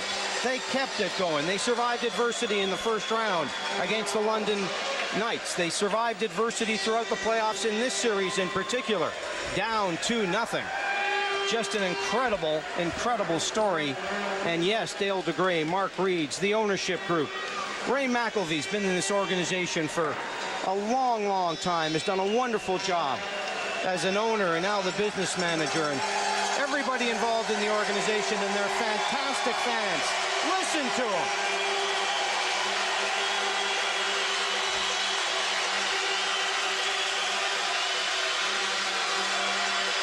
Make no mistake, this series was decided on the ice between the players and the coaches. But don't think that those some 2,500 fans from Owen Sound didn't play a role in the hearts of these players as they went to overtime against a team that didn't give up many goals all season long in this rink. And they gave up just one too many in the end. Well, and we said after that first period, and then the game settled down in period 2, there would probably be only one more goal scored. Jared Maiden scored it, and it will live forever in Owen Sound hockey laurel. 3 minutes and 27 seconds into overtime. Looks like Alicia's got the hero, Jared Maiden's down there. And let's get down to Alicia, who's got the overtime winner. Here with Jared Maidens, there may be a new mayor in Owen Sound by the end of the day. The overtime winner to give the Owen Sound Attack the OHL title. Take us through the goal. Just one of those things, you're in the right spot at the right time, just try to get contact to the puck and you just slowly watch it go in. It was a great feeling. Not only an OT winner, but also a goal in regulation today. Where does this compare in the games of your junior hockey or minor hockey career? I can see you're still shaking. Yeah. I don't think this compares to anything previous before this. This is the best feeling by far in hockey. I'm loving it. Anybody who wasn't here today, I know there's a ton of Owen Sound Attack fans, but anybody who couldn't make it that maybe you want to say hi to at home? I think we had a lot of fans here from Owen Sound Attack, but no, thanks for the support for everyone. It's been great. We wouldn't have done it without you. Jared Maidens, your overtime winner for the Owen Sound Attack. We'll send it back up to you. You saw on the replay there the pass that came from out in front by Cameron Brace, and another one of those players that won't get talked about a lot, a former Toronto Junior Canadian. Boy, off that scramble to the side of the net, you saw two Majors players kind of get caught up with one another. That opened up some space in front of the goal, and then, as mentioned by Jared Maidens there, that puck just so slowly went across the line. You could see it was going to happen. And for a Majors fan, you just in slow motion saw the season come to an end with this overtime loss in the OHL campaign. And for the Owen Sound Attack, as Jared mentioned, you just watch that thing and you're thinking, go, baby, go. And it did for them, and they win the championship. Well, it slips in, Dan, and that's a perfect description. And on the other side, Riley Brace was back. He was forechecking. He was trying to get back into the play. He did. The puck just went off his skate, tried to move it out, couldn't. And just while Maidens watches it slip in to win the championship, Brace and the Majors watch it slip in to lose the championship. Euphoria in Owen Sound, heartbreak in Mississauga, but that's a great game of hockey. A reminder, this is all a build-up to the MasterCard Memorial Cup, and tickets are still available. But as Roger mentioned earlier, a number of fans showed up here today, many of them from out of town, expecting, because of the poor attendance all season by the city of Mississauga supporting the Majors, that there would be seats available, and there weren't. They went away disappointed, and unfortunately for them, well, hopefully they found a place to watch the game in the first place. But what you need to know, tickets will sell out for the MasterCard Memorial Cup. If you wait, it is on you that you didn't get here to see drama like this that I guarantee you will unfold when the champions of the Quebec Major Junior Hockey League and the Western Hockey League arrive here in Mississauga. You will see the best the best hockey that this country has to offer. It'll be tough to top this series, but mark my words, the best teams in the nation are about to show up here at the Hershey Center. Well said, and the tickets are going quickly, and fans in Owen Sound will have another chance to cheer their OHL champion Owen Sound Attack Saturday, May 21st, their first game against the Kootenay Ice, as Zweep gets his turn, obviously, with the J. Ross Robertson Trophy. And a great celebration continues. Majors will open the Memorial Cup Friday night. Friday night, you talk about having to get refocused after losing Game 7 of an OHL final. Friday night against the winner of the Quebec Major Junior Hockey League Championship Series, which continues. St. John and Gatineau playing Game 6. St. John leading the series 3-2. So yes, the Memorial Cup will sell out. Better get those tickets early because there were a lot of people disappointed today. Now the fans here from Owen Sound chanting, "We want the cup." They know there's more work to be done, and again, I think it was put well by Mark Reeds. They'll celebrate this, and they should celebrate this accomplishment for the next couple of days and then get back to work. We'll have every game of the MasterCard Memorial Cup on Rogers Sportsnet. Peter Lombardio, Sam Cosentino, and Rob Falls will be in the house. Roger Lajoie, Jack Miller, and yours truly will be with Sportsnet Radio Fan 590. So Sportsnet has it covered from radio to television and live at fan590.com as well. So the Attack celebrate, their fans celebrate. Boy, did they come out in thousands to support this franchise here this afternoon. What a Game 7. What a Game 7 what is a right. Game 7. And what a performance. Robbie McNarty, the OHL's most valuable player in the playoffs, is with Alicia Warner right now. Go ahead, Alicia. I'm here with the 99 award winner, the Wayne Gretzky Award winner, the playoff MVP, Robbie McNarty. Now, this would be a fantastic ending to a junior hockey career, but you get to keep going. Talk about how good it feels here today. Well, it's an unbelievable feeling. I mean, to win the Jay Robertson and to win the Wayne Gretzky Trophy, I mean, amazing feeling. Could not be happier. But like you said, it's not the end for us. We're going to have fun tonight and celebrate this great win for our community and for our team and organization. But we know that the grand prize is next week. The support that you guys had here today was really phenomenal. You guys are coming out to like raucous crowds and applause. Talk about how much the fan base really meant to you guys and the success of the team this postseason. Well, I mean, especially tonight. I mean, we've done really well at home this playoff run and all season. And basically tonight it felt like a home game because we had over, I think, 2,500 to 3,000 fans here. And to hear them in warm-up even going crazy, we fed off that energy. I mean, they did their part and we did our part. And it was a great mix of hard work from both the fans and us, and a great payoff at the end. How do you come off this high here in a couple of days to prepare for a Memorial Cup and yet another national championship? Well, we know that, I mean, this is not the end for us, and we have to be focused for that. We know St. Mike's is going to have that bitter feeling in there, a bitter taste in their mouth. We know they're going to come back and they're going to want to beat us. We have to be ready for that. We're going to have to do a lot of work getting ready for the Kootenay and possibly St. John's, I think, I can't remember. We're just going to have to be ready to go. We have to put this one behind us maybe after tonight and be ready for the Mem Cup next week. Congratulations again. Thank you very much. Robbie McNarty, 15 goals, 9 assists for the OHL number 99 Wayne Gretzky Trophy award-winning playoff MVP. We'll send it back upstairs.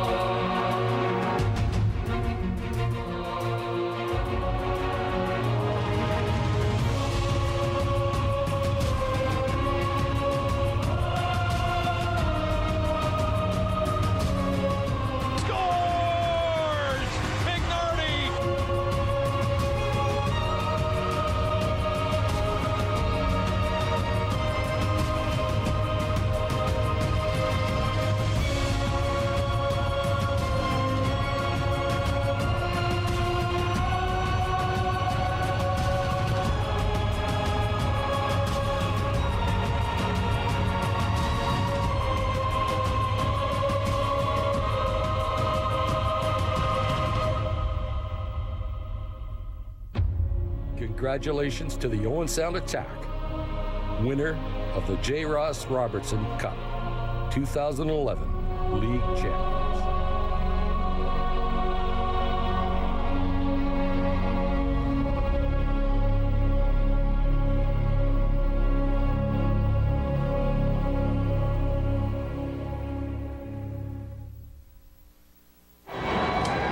Absolutely fantastic season of OHL hockey on Rogers TV, and could not have had a more deserving champion in the Owen Sound Attack. Welcome back upstairs at the Hershey Center. I am Ben Ennis, joined by Peter Curtis and Matt Scooby.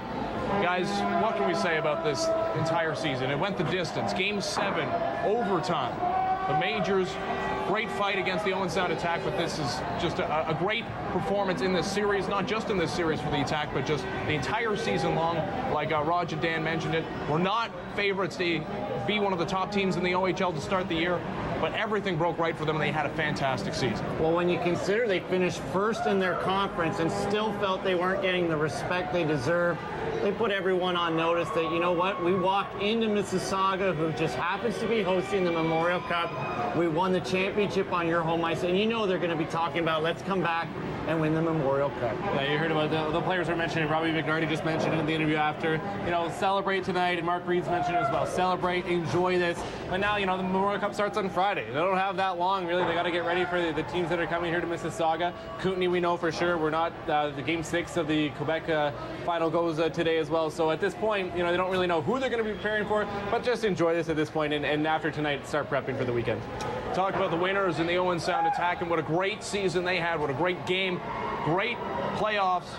All the credit in the world to the Owen Sound Attack. We got to focus a little bit on the Mississauga St. Michael's Majors as well. A disappointing end of their season. They were up 2-0 in the series. They lose it in 7 games. They were far and away the best team during the regular season points-wise. They ended the regular season on a 10-game winning streak. absolutely dominant here in this building during the regular season. But in the end, they just couldn't get it done in overtime against the Owen Sound attack. And you have to wonder, is this something that Dave Cameron's going to have to take hold of to get the players set, or is it the players themselves? They're going to have to maybe close the door and tell the coaches, we don't need you. We're going to regroup on our own, because they are lucky in that they have a chance at redemption. Happens to be the national championship, which they deserve to be in anyway, so it's not like they slid in. I think the players will have to forget what Dave Cameron says after the game. It'll be the players that help regroup. Yeah, there's enough veteran leadership on this team to take that role. But I think that, going forward as well, this is a big tournament for them now too. I think you should circle May 25th on your calendars as well, because that's when these two teams will play each other in the Memorial Cup. But I think that Dave Cameron has said all that he needs to say. It'll be interesting to see, if anything, what he says tonight after this game. An unfortunate break, but this series could have gone either way. Let's not get it wrong. They went up 2-0. I think overtime killed them. 3 games, 3 of the 4 losses in this series came in overtime, so they couldn't get it done when it really mattered the most in overtime. Unfortunately for them, they just came out on the loose end of the stick. Fernando Sorrente has Cameron Brace downstairs. Of the champion Owen Sound attack. Cameron, what makes this title so special for you guys? It's the first time in team history that you guys have won the OHL championship. Well, it's good. We're from a small town, and, we're making a lot of people proud right now. For me, I'm a young guy. There's a lot of young guys on this team, and it's really good to get this experience, and it's nothing better than winning it with the group of guys that we have right now. Early in the series, you guys were down 2-0. You guys ended up coming back to win this series in 7. What makes this team so special, and the battle that you guys showed in the finals? Well, we worked really hard. We had a lot of games that went to OT, but we worked hard as a unit, and we stuck to the system. We have to thank our coach. We had a great system, and we stuck to it, and we won some games. Congratulations, Thanks, Cameron. Good luck in the Memorial Cup final. Thanks, all. That's Cameron Brace of the champion Owen Sound attack. Back upstairs to you guys. He's a beauty. Thanks a lot, Cameron Brace, an excited guy, and all the Owen Sound attack should be excited. An absolutely thrilling series, thrilling Game 7, overtime, and what a game-ending goal by Jared Maidens. Sort of slid past the goal line. Probably timed that shot with the calendar, but J.P. Anderson not able to slide post to post in time. And really, it's not like the Owen Sound attack weren't the better team in this game. This was anybody's game, and the Owen Sound attack just took the bull by the horns. Well, you have to wonder, how much time are they really going to have to celebrate? They want to go back home, have a couple nights to relax in their own beds, but you know what? Everyone in that community of 22,000 is going to want to knock on their door, shake their hand. Maybe they're better off staying in Mississauga for 3 or 4 days. They got to be back here Wednesday anyways. But it'll be interesting to see how they get over that hump of saying, okay, we won it all, but we got to get back into this Memorial Cup thing everyone's been talking about. It's going to be, I think it will be a tougher maybe adjustment for the attack now for the majors, because there is no celebration now for the majors. They'll maybe probably take a day or at least 2 and come off and come back and practice, get right back at the rink and come back, and it's business as usual now going forward to this point. So it'll be interesting to see how both teams adjust in really their first games of the Memorial Cup again. It was exciting though to see how many fans were in this building. It makes you pretty excited for the Memorial Cup. Absolutely great atmosphere here in Game 7. We'll have more post-game reaction coming up. We're going to take you all the way to the bottom of the hour. Owen Sound attack, OHL champs. They beat the Mississauga St. Michael's Majors 3-2 in Game 7 overtime. More coming up.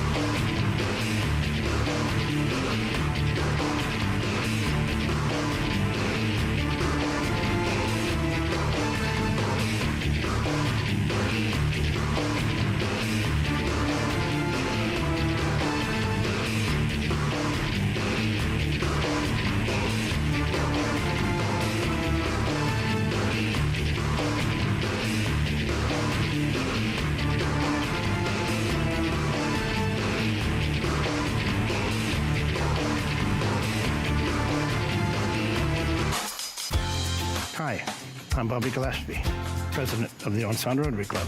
I'm here to thank our Owen Sound Attack Challenge sponsors. Their contributions make Rotary projects a reality.